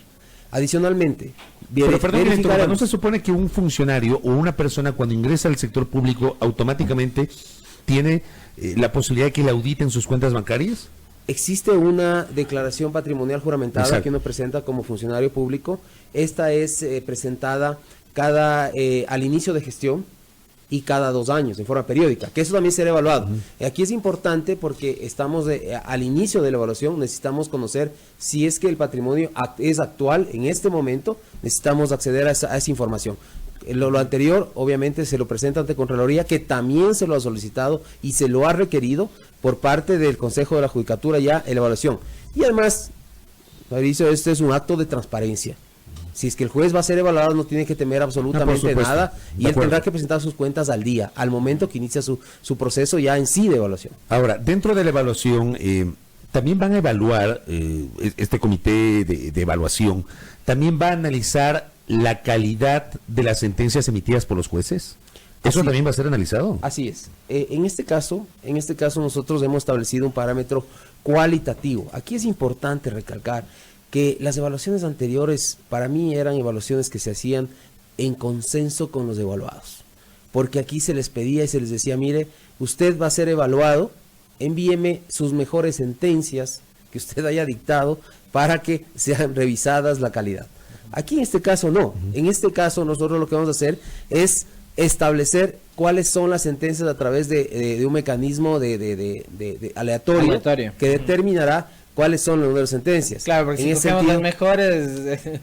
cada uno no hay sentido. se esmerará por preparar las mejores durante el año para presentarlas en la evaluación. En este caso, como le digo, la evaluación será verificando los parámetros en relación a calidad, en relación a motivación. Aquí hemos utilizado el test de motivación de la Corte Constitucional, en la que establece ya parámetros claros cuando una sentencia está bien motivada. Doctor, ¿se incluyen también los jueces de las Cortes Provinciales en este proceso? ¿Cuántos suman en total, si es que van ellos también? ¿Y para cuándo se tendrían los resultados de la evaluación? Nosotros en una primera instancia hemos establecido la evaluación a la Corte Nacional de Justicia, que son 21 jueces y 12 conjueces en este momento. Una vez arrancado ya el tema en relación a la evaluación, vamos ya a determinar la hoja de ruta para evaluar a la Corte Provincial de segunda instancia, lo que usted mencionaba en este momento, que son alrededor de 300 jueces que deben ser evaluados a nivel nacional. En relación a este tema tenemos que dictar un reglamento igual al que hemos realizado, ya tenemos las líneas generales y tenemos ya los parámetros iguales, obviamente tenemos que aplicar lo mismo y empezar a evaluar. Igual también van a ser evaluados los jueces de primera instancia que estamos hablando, que son alrededor de 1.500 jueces. Eso es un trabajo bastante fuerte que tenemos que estar programando, pero todos van a ser evaluados. De igual también ya en esta semana aprobaremos ya el reglamento de evaluación de fiscales también, y luego ya estamos preparando la evaluación también de defensores públicos. Todos serán evaluados con las mismas criterios. Ahora, sí me pongo a reflexionar y le quiero pedir a nuestro invitado, al doctor Murillo, una opinión. Sí me pongo a reflexionar en la evaluación de la calidad de las sentencias, porque digo, ¿cómo determinamos si una sentencia estuvo bien o mal redactada, bien o mal planteada por parte del juez? ¿Cómo determinamos si esa sentencia estuvo apegada a derecho, si esa sentencia impartió efectivamente justicia? No es subjetivo este tema, doctor. A ver, no vamos a afectar el fondo de ninguna manera. O sea, esto es... esa es la preocupación que le planteo. Para nada. El fondo, que es la sentencia en sí. A ver, nosotros de ninguna manera vamos a topar el tema de fondo, porque eso no nos corresponde. Eso es un tema jurisdiccional que instancias superiores serán las que y eso le iba a decir, porque además ustedes son el organismo administrativo de la función judicial. Correcto. Ustedes no evalúan el fondo de las sentencias. No, nosotros lo que sí vamos a evaluar en relación a calidad es, como le decía, la motivación, que esté motivado estrictamente en derecho, que exista un planteamiento doctrinario adecuado, las citas y las formas. Pero de ninguna manera, este es un ejercicio totalmente académico, totalmente de evaluación para valorar los conocimientos del juez o el conjuez evaluado.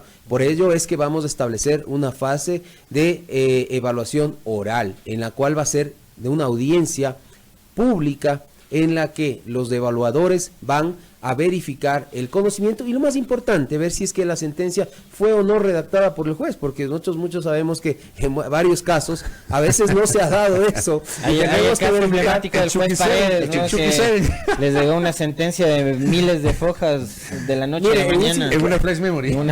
Es que en un sistema oral como el que estamos viviendo, el juez lo que hace en ese momento es tomar los argumentos de las partes y en la audiencia formar el criterio para emitir su sentencia. No llegar con la sentencia redactada o leer la sentencia o establecer. En el caso de los 21 jueces de la Corte Nacional y los 12 conjueces de la misma Corte, doctor, ¿para cuándo se tendrían ya los resultados de estas evaluaciones? De acuerdo al cronograma que ha sido ya preestablecido, nosotros consideramos que hasta el 15 de septiembre tendríamos ya el resultado de la evaluación de los jueces y conjueces de la Corte Nacional. 15 de septiembre. Si es que se da el caso, en el evento no consentido, de que haya algún juez o varios jueces de la Corte Nacional de Justicia que no alcance los 80 puntos y sean removidos, ¿habrá que comenzar un nuevo proceso, un nuevo concurso, o los reemplazarán sus conjueces? ¿Cómo sería la figura ahí? Bueno, esa es una vía, el tema de los conjueces que lo reemplace. Porque el conjuez viene a ser un suplente del juez titular, ¿no? Así es, recordemos que hay 12, no hay justo los 21, no hay justo, sino que son 12 conjueces que existen y ese sería un camino. Lo otro, estamos analizando un criterio jurídico respecto al tema del reemplazo de los jueces de la Corte Nacional en caso de que sean removidos. Ahí aquí es importante mencionar que estamos ya iniciando un proceso de revisión de las bases para el nuevo proceso de selección de jueces y conjueces, que será totalmente estricto. Como estamos haciendo una evaluación muy estricta en relación al tema de los jueces de la Corte Nacional y conjueces, así será el reglamento para contar con los mejores hombres y mujeres jueces del país. Correcto. Doctor, aprovecho su presencia para preguntarle, ¿hubo polémica con la Fiscalía por el tema de las comisiones de servicio? Mire, lo que nosotros hicimos como Consejo de la Judicatura fue asumir una competencia que es exclusiva del Consejo de la Judicatura. Sin embargo, luego nosotros como objetivo era ya regular las comisiones de servicio, no solo en la Fiscalía, también hemos regulado por parte de la Defensoría Pública. El día viernes hemos dictado ya el reglamento que regula y determina, porque nosotros cuando llegamos al Consejo de la Judicatura veíamos que fiscales se encontraban trabajando en GATS, en municipios y prefecturas. No tienen nada que ver cuando fiscales tienen que estar cumpliendo su función. Existe un ¿Y esas comisiones de servicio les permitió la propia Fiscalía o la Judicatura anterior? La Fiscalía anterior, yeah. ¿Sí? Por eso es que se ha trabajado de forma mancomunada con la nueva fiscal, y han retornado, todos los fiscales han retornado ya a Fiscalía y están cumpliendo con su trabajo. Lo que se ha hecho aquí es establecer, con la nueva resolución que se dictó el día viernes, es establecer lineamientos claros en qué casos excepcionales podrían utilizar comisiones de servicio, porque es inaudito que fiscales, necesitando fiscales, se vayan a trabajar en lugares que ni siquiera se relacionen con el sector justicia. Pero la propia Fiscalía mantiene esa facultad de resolver las comisiones de servicio con estos parámetros que usted está señalando. Sí, por supuesto. La Pero Fiscalía, ya no Judicatura, sino la Fiscalía. Fiscalía, así es, Fiscalía. Correcto. Y ahí se cerró la polémica con la Fiscalía. Sí, se cerró sí. Lo que se ha tratado, que me digo, es regular qué casos podría dar, si no, y la Fiscalía tiene su competencia y su autonomía para decidir respecto a las comisiones. Correcto. Este es el trabajo del Consejo de la Judicatura. Expectantes, nos ha dado una fecha nuestro invitado, más o menos en septiembre ya habría resultados del proceso de evaluación de la Corte Nacional de Justicia, y por otra parte se ha puesto punto final esta aparente polémica respecto de las comisiones de servicio con la Fiscalía General del Estado. Doctor, muy amable, doctor, gracias. Gracias a ustedes. Gracias a nuestro invitado, el vocal del Consejo de la Judicatura presente aquí en nuestra mesa de trabajo, el doctor Juan José Murillo, hablando justamente sobre los temas asociados a las funciones de la Judicatura. 7:18. Fabricio Vela está en A Primera Hora.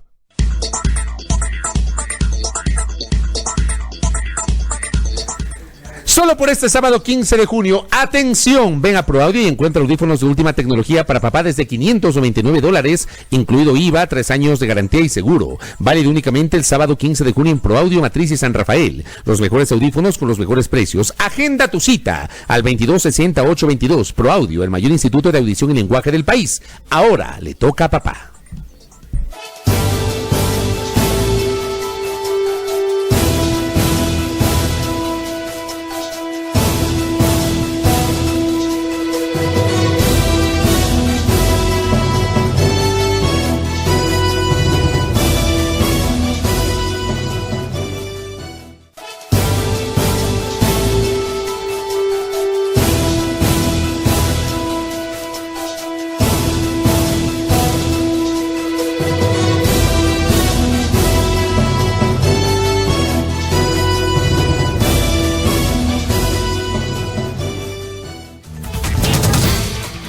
Claro, a propósito de un comentario que recibo en el Facebook, esa preocupación le trasladé al doctor Murillo hace minutos, respecto de la evaluación de la calidad de las sentencias, y él nos ha dicho no se va a evaluar lo de fondo. Lo de fondo se presta para la suspicacia. Efectivamente, ¿cómo se determina si una sentencia efectivamente estuvo bien o mal, o estuvo apegado o no a la justicia? Termina siendo el criterio muy subjetivo. Pero bueno, en la entrevista anterior se nos ha aclarado este tema y vamos a ver cómo se desarrolla justamente ese proceso de evaluación de los miembros de la Corte Nacional de Justicia. A ver, ayer lo mencionamos en este espacio de noticias. Hay que decirlo, en realidad la noticia apareció ya en todos los medios. En una primera instancia se circunscribió a unos determinados medios de comunicación, pero ya transcurrido el día, el tema se viralizó, se hizo masivo. Las grandes cadenas mundiales de noticias ya se hicieron eco de esta información. Diario El País de España, que fue uno de los primeros que publicó justamente este tema, Operación Lavallato, una investigación periodística pone en duda la imparcialidad de la Operación Lavallato. Un reportaje de Intercept Brasil señala que el juez instructor mantenía conversaciones privadas con el fiscal durante la investigación que llevó a Lula da Silva al poder. Un reportaje del diario The Intercept Brasil del periodista estadounidense Glenn Greenwald señala que el ex juez Sergio Moro, hoy ministro de Justicia del gobierno de Jair Bolsonaro, y el fiscal de la Operación Lavallato, Deltan Dalal Noll, intercambiaron mensajes de texto durante la investigación del caso, algo prohibido por la Constitución y el Código Penal brasileño. La Lavallato, que ha desencadenado procesos judiciales en varios países de América Latina, se caracterizó por unir el trabajo de un grupo de fiscales federales y del juez Moro en un solo equipo. Este aceleró las pesquisas y juicios que condenaron a un centenar de personas, entre ellas al expresidente Luis Ignacio Lula da Silva, quien cumple una pena de prisión en Curitiba desde hace un año. ¿Cuál es la visión de este tema? Le queremos preguntar a un estudioso de la materia, especialista en temas internacionales, ex vicecanciller de la República, colega periodista, Quinto Lucas, que visita nuestra mesa de trabajo. Quinto, bienvenido. Buenos días. Quinto, buen día. Un saludo a Alexis, Fabricio y todos los amigos y amigas que están escuchando. Bueno, en realidad pone en evidencia lo que ya se venía pensando de que había ocurrido, de que había existido una parcialidad en la prisión de Lula. Pero antes de esto, de la difusión de estas conversaciones, también había quedado en evidencia que el famoso departamento que supuestamente había sido de Lula, que le entregaron como parte de pago de la coima, supuestamente le habían entregado como parte de pago, se puso en venta por el verdadero dueño, por una persona que no tiene nada que ver con Lula, ni siquiera con el PT. Entonces, primero ocurrió eso ya hace un par de meses, 2 meses, pero bueno, eso no se le dio mucha importancia. Ahora esto, que también, como tú decías, en principio solo se difundió en determinadas redes y después todas las cadenas internacionales tuvieron que asumirlo, porque finalmente no solo queda en duda, sino que queda prácticamente en total entredicho la prisión de Lula. Por es que eso termina siendo un escándalo. Es un escándalo judicial, o sea, lo que hablábamos de aquello de la judicialización de la política, si Lula no es liberado en las próximas horas después de conocerse esto, y si Moro no deja de ser ministro de Justicia, estaríamos hablando que en Brasil se está instalando también una dictadura judicial, porque finalmente es eso, es un amarre para llevar preso a una persona que podía ganar las elecciones. Pero lo que pasa es que esto viene no solo del tema Lula, viene desde antes. Y nosotros vemos cómo se sacó a Dilma Rousseff. La institución de Dilma, claro, para que emerja Temer. Para que emerja Temer. Temer termina él estando investigado por corrupción. El diputado presidente de la Asamblea Nacional que llevó adelante el juicio a Dilma termina también vinculado. Dilma no tuvo ningún vínculo con la corrupción, se le destituyó por haber cambiado partidas, pero sin ninguna prueba de que haya habido corrupción. Ahora, en el caso. Hay un objetivo político que da cuenta de esta investigación de Intercept, que es evitar la postulación presidencial de Lula por un lado y después afectar también la candidatura de Haddad, ¿no? Es decir, mediante la justicia o los mecanismos judiciales interferir en la política. Es que justamente, primero es perjudicar de que Lula no sea candidato a presidente porque él ganaba las elecciones. Cosas raras, terminaba ganando, le podía ganar a Bolsonaro estando en la cárcel y por mucho porcentaje. Pero también ahí hay conversaciones en las que se dice traten de no dejar que dé entrevistas Lula porque eso le ayuda a Haddad. Finalmente también se perjudicó la candidatura de Haddad. Entonces estamos ante algo no escandaloso, sino es algo que pone en entredicho la democracia de Brasil. Ya estaba en entredicho, pero pone en entredicho la democracia porque el señor que fue juez, que dirigió a los supuestos fiscales anticorrupción, termina siendo ministro de Justicia del gobierno de Bolsonaro. De un gobierno muy cuestionado por la persecución que existe contra distintas diversidades, contra la oposición. Entonces, o la famosa comunidad internacional, que es una entelequia y un cuento que solo sirve para atacar a Venezuela, pero no sirve en otros casos, empieza por lo menos a cuestionar. La famosa OEA de Almagro empieza a cuestionar ese tipo de cosas, o estamos realmente en una farsa total. Yo sé que el mundo es una farsa total, pero ya es demasiado descarado porque ahora tenemos pruebas. Antes nosotros suponíamos, pero ahora hay grabaciones. Y la investigación dice que tiene otras cosas para... Ahora, sacar, claro. El problema que yo encuentro aquí, Quinto, con Tertulio y amigos, es... a ver, es muy interesante, es muy revelador, es muy grave además lo que publica The Intercept y el periodista Glenn Greenwald, ganador del Pulitzer, vale decirlo, en The New York Times.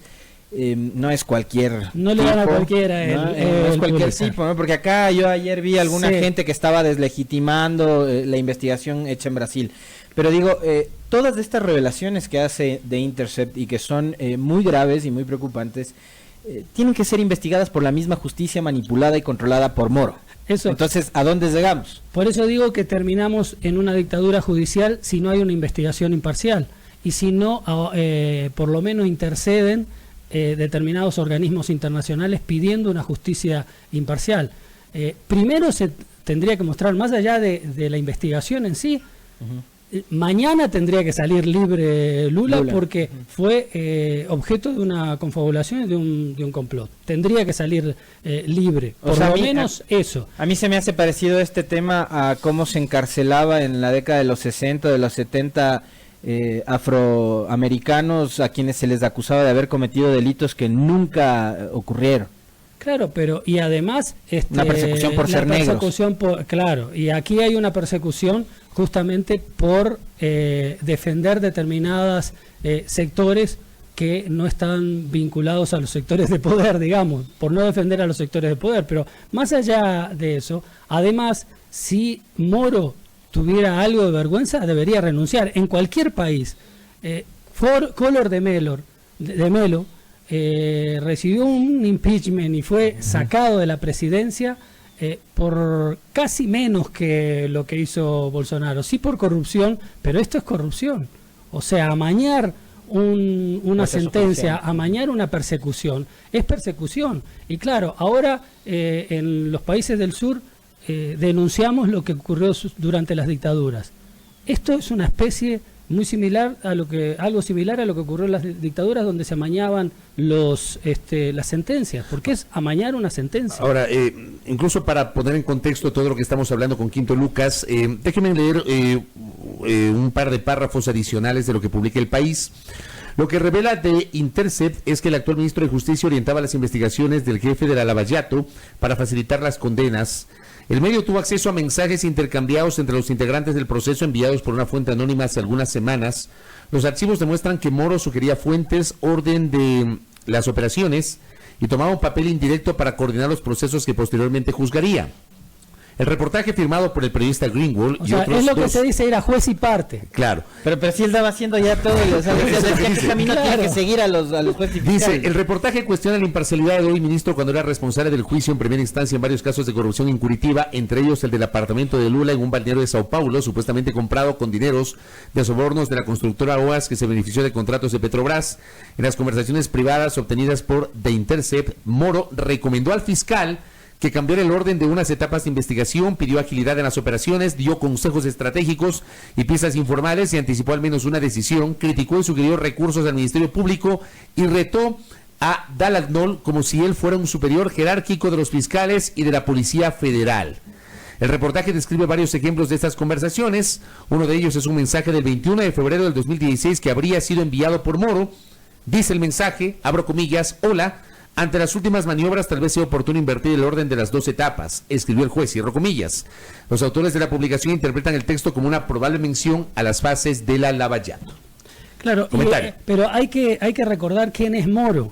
Moro es el que instauró en Brasil casi que una nueva doctrina que se está instaurando en todos los países, en aquello de que juzgo y después busco por qué delito. Juzgo, te llevo preso, hago una prisión preventiva sin tener pruebas y sin tener el delito claro, y después busco el delito y busco las pruebas. Es lo que está pasando con Olavini acá también. ¿Qué es lo que está pasando con Olavini? Y es lo que está pasando en otros países, cosas similares. Entonces, eso es una doctrina que además él la aprendió en Italia, donde estudió y donde en Italia, por ciertos combates a la mafia y también a ciertos sectores de izquierda, se inventó eso de primero tenemos que llevarles presos y después ver qué crimen cometieron y las pruebas que existen.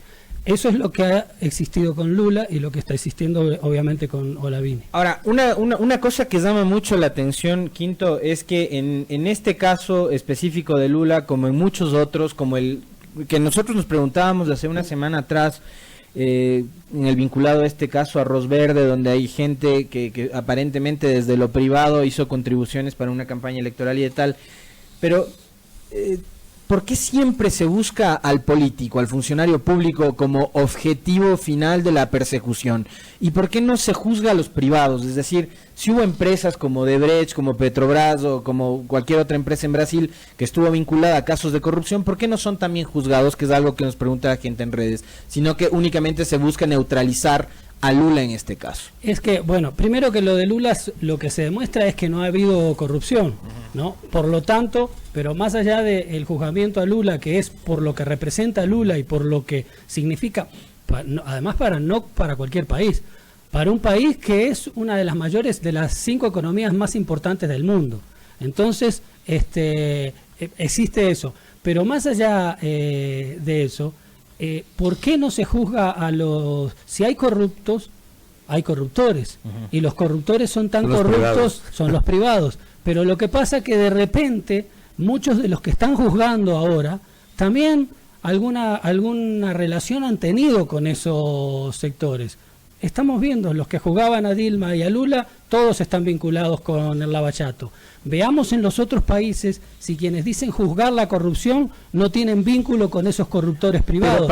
Que y los corruptores privados, además, que dicen que están dando la información, pero no dejan de ser corruptos y corruptores, porque fueron los que primero sacaron plata del Estado porque se beneficiaron con el Estado con contratos, y además dieron plata, sea para las campañas que sea, que además, si hay que juzgar todas las campañas, juzguemos todas las campañas, investiguemos todas las campañas, porque si juzgamos lo de Odebrecht aquí, tendríamos que juzgar todo y ver todo lo que ha pasado, y en todos lados, en toda América Latina. Porque está claro que, por ejemplo, Odebrecht sí tenía una estructura de sobornos, sí claro, se benefició en toda de América Latina. Igual que Petrobras en el caso del Brasil. Claro, como las... sí hay corrupción comprobada. Sin duda, como las empresas de Estados Unidos tienen corrupción comprobada, solo que Estados Unidos solo muestra la corrupción de las empresas de otros países, y las empresas esas corruptoras de estos países del sur, que finalmente también tienen vínculos con todos los sectores políticos, con todos. Lo del que no me es el caso más decir, emblemático, ¿no? Claro. Odebrecht le puso plata a Keiko y le puso plata a Kuczynski. Porque además ellos apuestan a la banca y a ganadora, porque tienen que ganar por uno o por otro. Entonces, que vengan a decir que solo determinados sectores tuvieron vínculos con Odebrecht, eso no se lo creo a nadie, y además ahora queda comprobado.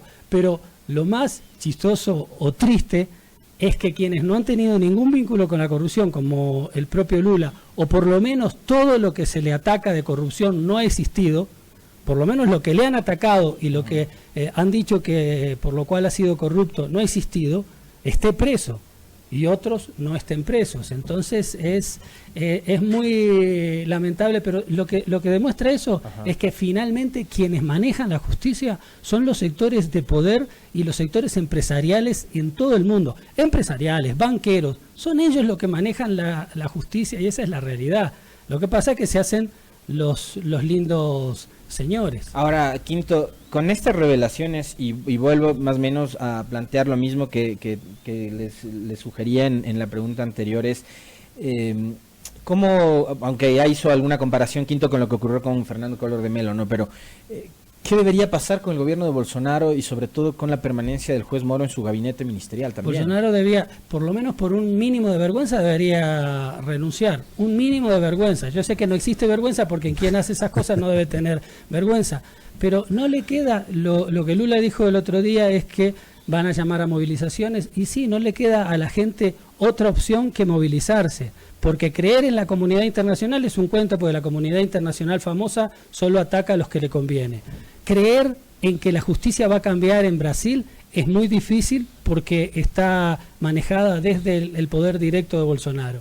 Entonces, las únicas, es lamentable, pero las únicas posibilidades que le queda a la gente en sí, y bueno, y en este caso al PT, es movilizarse y exigir que por lo menos renuncie Moro. Ahora, el mismo diario del País da cuenta que los integrantes de la Operación Lavallato han respondido rápidamente a las revelaciones. El Ministerio Público Federal de Paraná ha informado en una nota que sus miembros fueron víctimas de un ataque informático.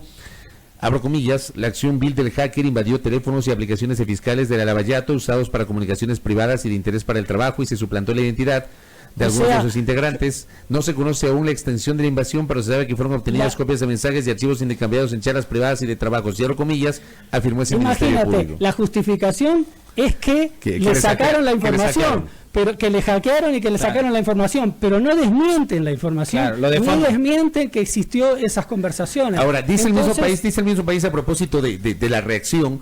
Entre las informaciones obtenidas ilegalmente habría documentos y datos sobre estrategias e investigaciones en marcha, además de rutinas personales y de seguridad de los integrantes del grupo de trabajo y de sus familiares. Los fiscales han confirmado que mantuvieron a lo largo de los últimos 5 años discusiones en grupos de mensajes sobre diversos temas, algunos complejos, en paralelo a las reuniones personales que les dan contexto. El Ministerio Público destaca que muchas conversaciones, sin el debido contexto, pueden dar margen a interpretaciones equivocadas.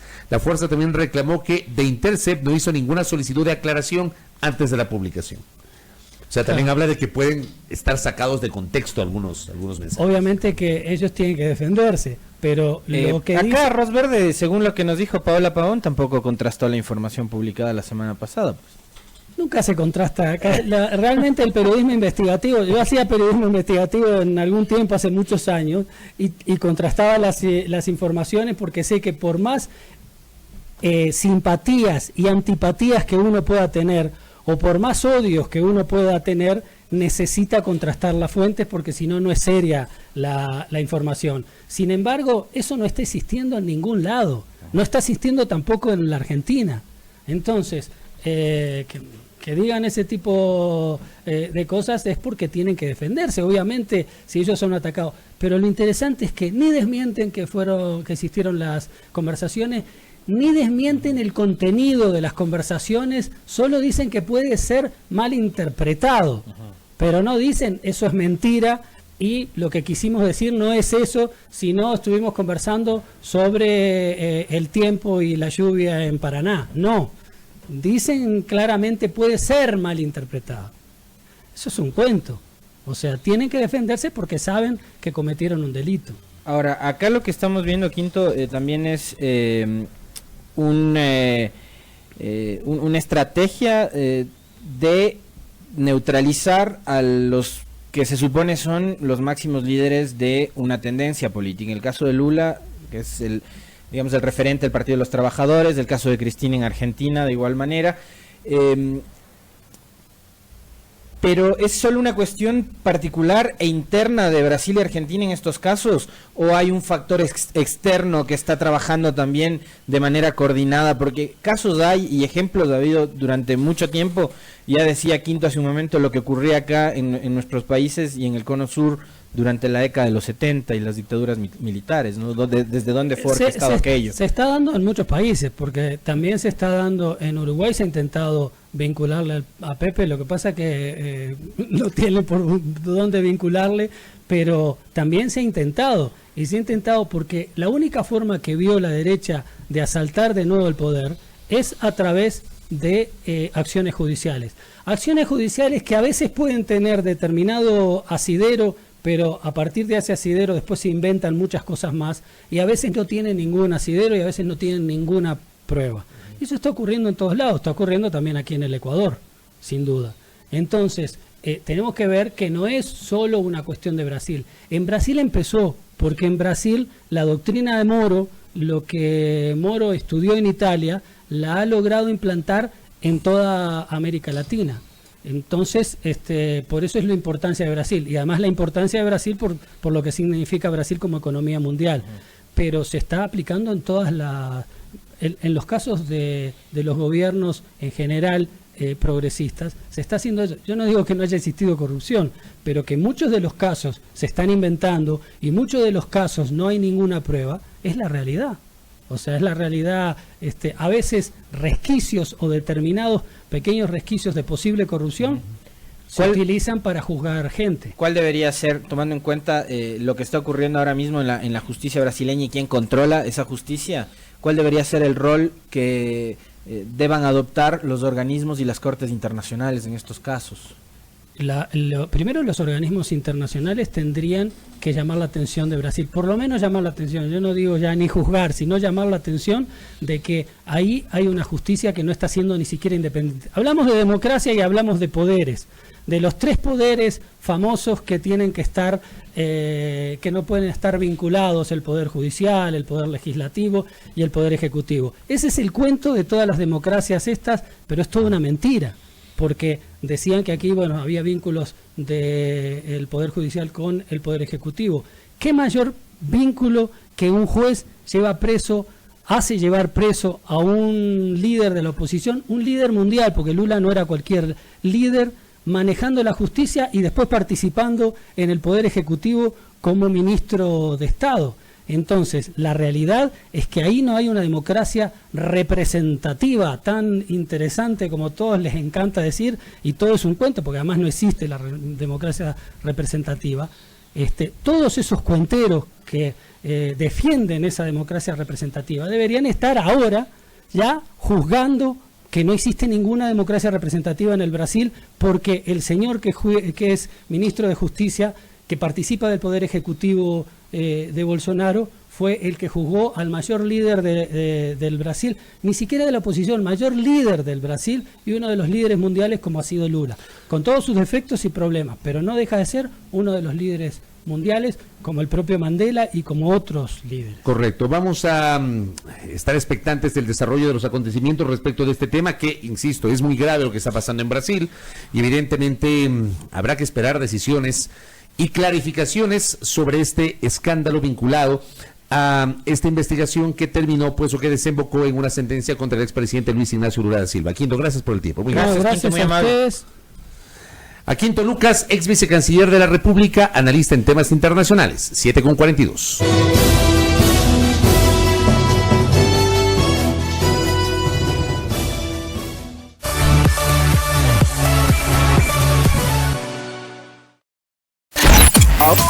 Ahora escucha Majestad FM. Ahora escucha Majestad FM en el canal 3 de TVNet. Majestad FM. Majestad FM. Con todos sus programas, locutores y DJs, están las 24 horas contigo en el canal 3 de TVNet. Majestad FM. La soberana del aire. Ahora en el canal 3 de TVNet.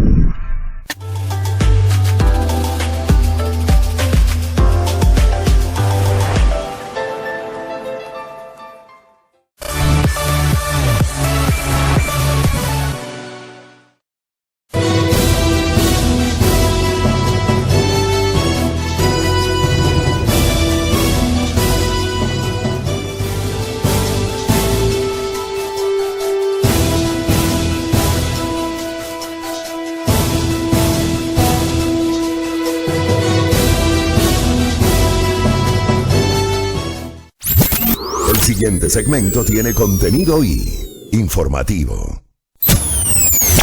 ¿Qué nos depara el día? Previsiones informativas para la jornada de hoy. 7 de la mañana con 45 minutos. Antes de las previsiones, agradecerle a nuestro invitado que nos ha dejado su última obra literaria, Contertulio, como en Aquelarre se llama, escrita por Quinto Lucas. ¿Qué es un aquelarre? Muy amable. Dígale a la audiencia que es un aquelarre. No se sientan aludidas, por favor.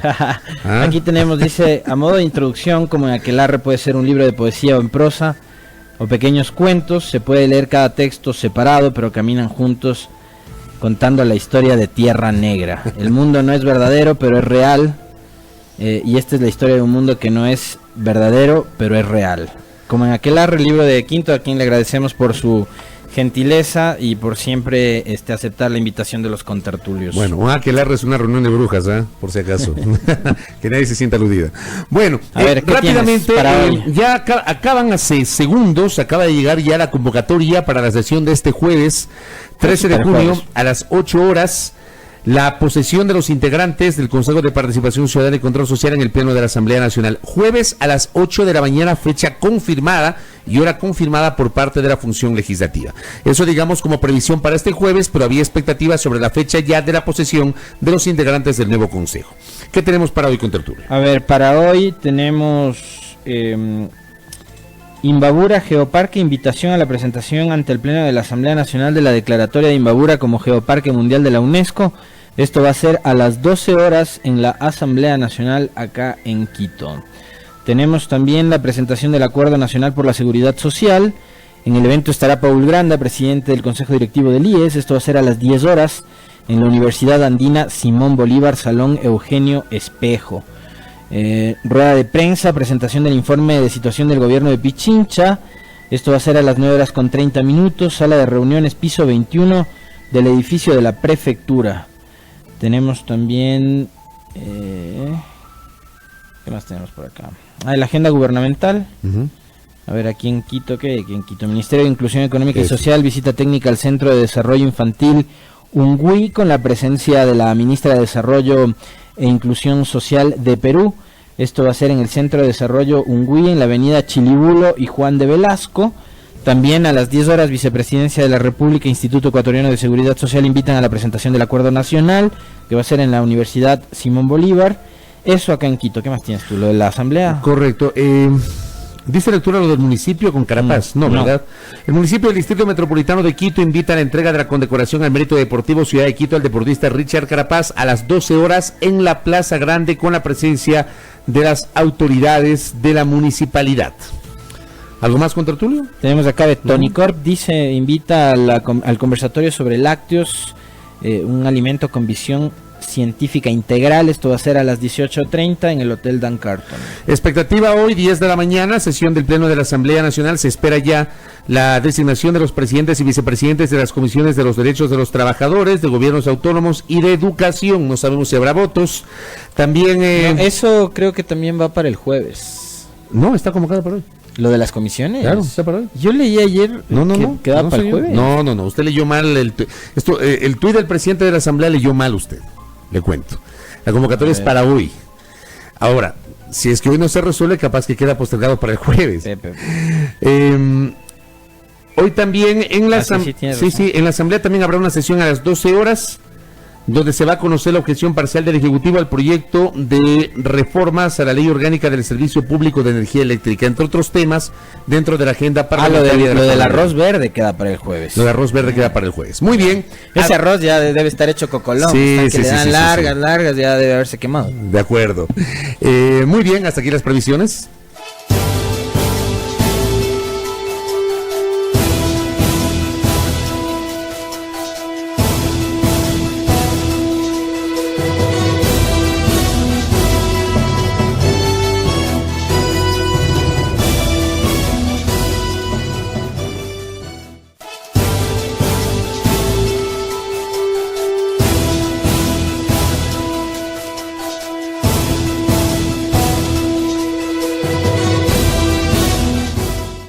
Fabricio Vela está en A Primera Hora.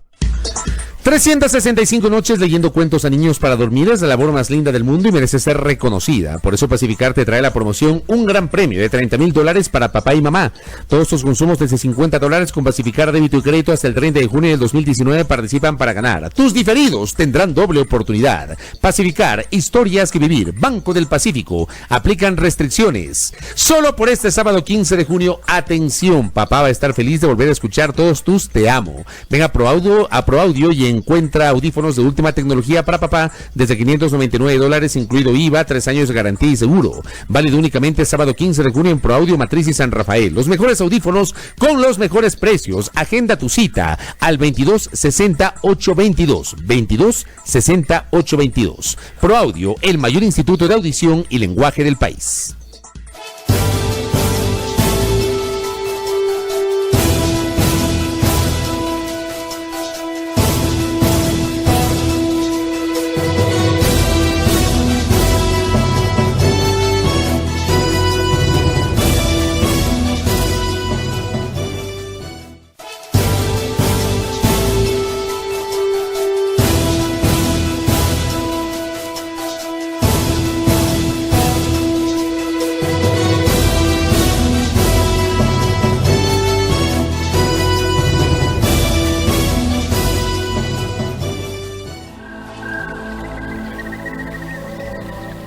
Muy bien, 7 de la mañana con 50 minutos. Estamos en la recta final de la primera hora a través de Majestad FM.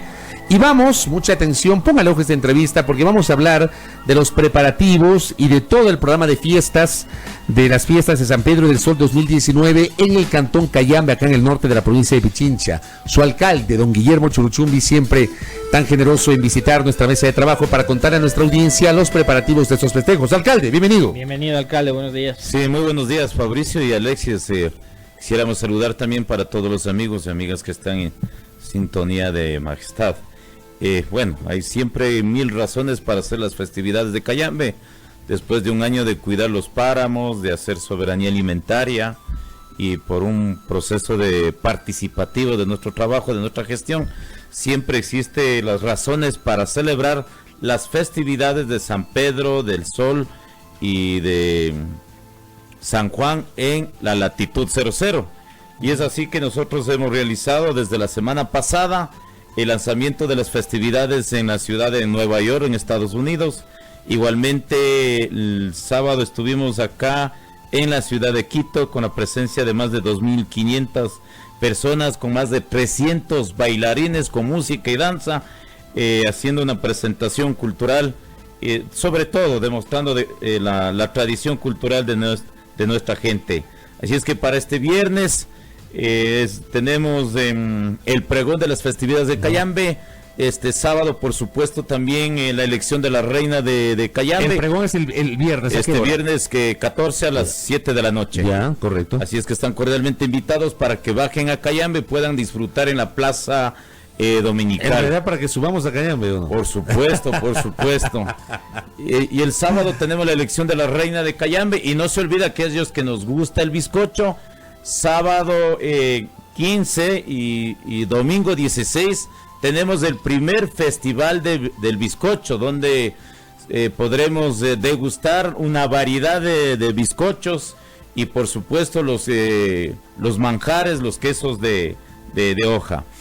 Para el 21 de junio tenemos con la presencia multitudinaria de niños, de jóvenes. Esto es uno de los puntos importantes también.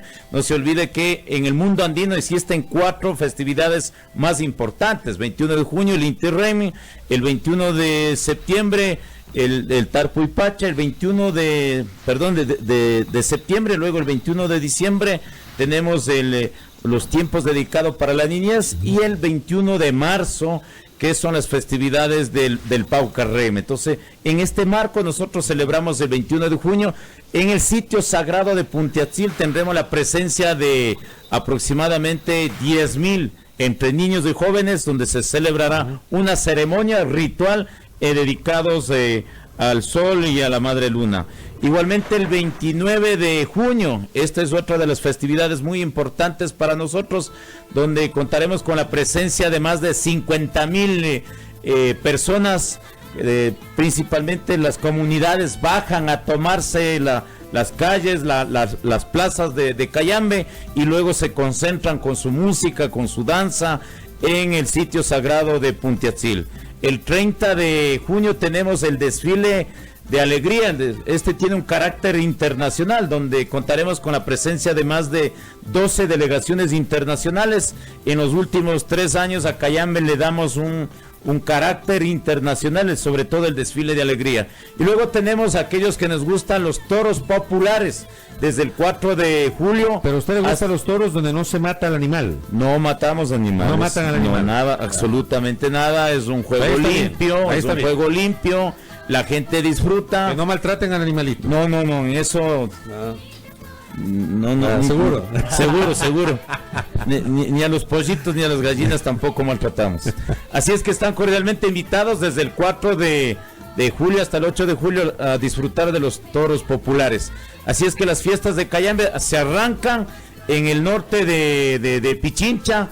Por supuesto, no solamente son las festividades del centro urbano de Cayambe, también tenemos las octavas de Juan Montalvo, en la parroquia de Juan Montalvo. Tenemos en Cangagua el 30 de junio en Cangagua, donde existen otros tonos, otras formas de celebrar, de bailar con sus taquidos, y esto también es importante que puedan asistir a estas importantes festividades. Alcalde, ¿estas son las fiestas más emblemáticas del Cantón Cayambe? Por supuesto. ¿Estas son las más importantes, las más emblemáticas? Las más emblemáticas, más importantes, y por eso queremos que la ciudadanía de Quito, de Ibarra, aquellos turistas nacionales e internacionales puedan visitar a nuestra tierra, porque Cayambe es una cultura de tradicionalmente que festejan sus festividades en relación al tributo a la Madre Tierra, y como también el agradecimiento al Padre Sol. Claro, por supuesto, también desde la perspectiva católica tenemos las festividades de San Pedro, de San Juan, de San Pablo,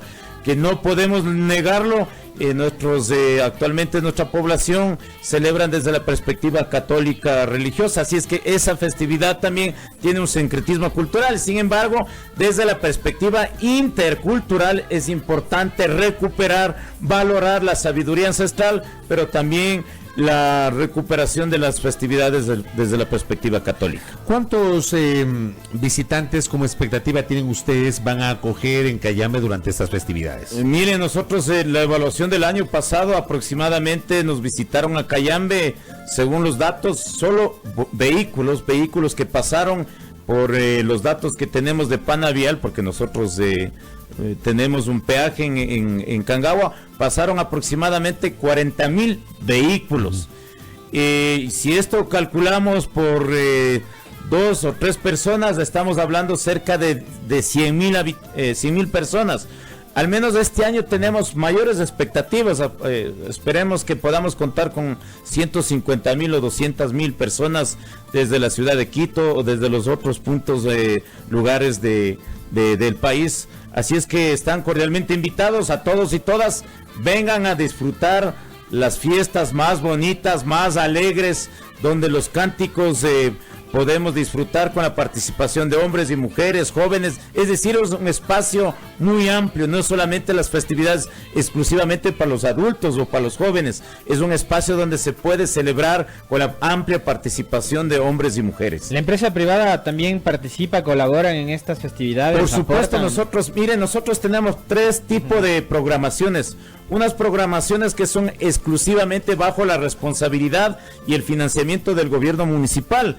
Hay otras actividades que tenemos como actividades deportivas que tiene el apoyo o el auspicio del gobierno municipal, pero también el aporte de la empresa privada. Hay otras actividades que es una iniciativa de la empresa privada, pero quiere estar dentro de las programaciones de las fiestas de Cayambe, nosotros le tomamos en cuenta. Lo más importante es que estas festividades, la programación de las fiestas de Cayambe, lo hemos realizado con la participación de la ciudadanía. No solo decide el alcalde, los concejales, ni los directores. Usted no es como solito, entonces. No. Nosotros siempre hacemos, porque nuestra gestión es siempre participativa, inclusiva, y en eso nos caracterizamos para que la ciudadanía y toda la empresa privada, inclusive las comunidades también sean partícipes de las fiestas de Cayambe.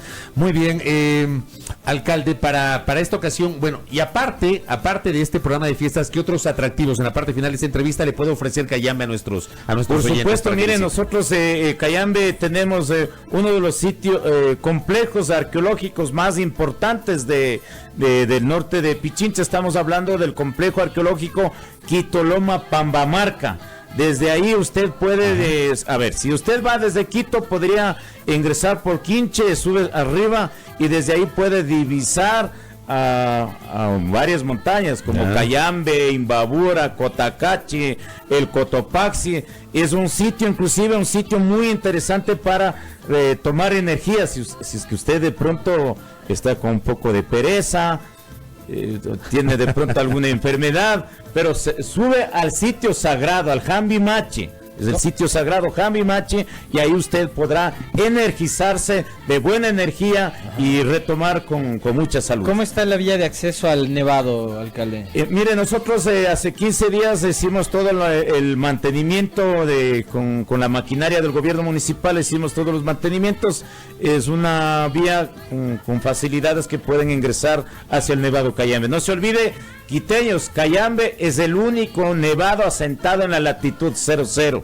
Es el punto de vértice, así es que pueden visitarlo con mucha fuerza. Ahí también tenemos en la comunidad San Luis de Huachalá, tenemos criadero de venados domesticados. Si usted quiere compartir con su familia, vaya a compartir con los venados, Igualmente también vaya al bosque de Buga, aquellos que quieren hacer cabalgatas, ir en bicicleta a la comunidad de Paquistancia, existe un centro de gestión turística, o vaya a las cascadas de Cariaco, tenemos más de 10 cascadas, y usted si quiere caminar por dentro del bosque andino, existe una serie de senderos, señalética, puede hacerlo también con su familia en la comunidad de Cariaco. Y si va más al norte, puede encontrar también la tumba de tránsito a Maguaña, que está en la comunidad de La Chimba. Así es que tenemos distintos sitios turísticos para que puedan visitar a Cayambe. Ahí está la invitación, da muchas felicitaciones, vemos que el programa es muy extenso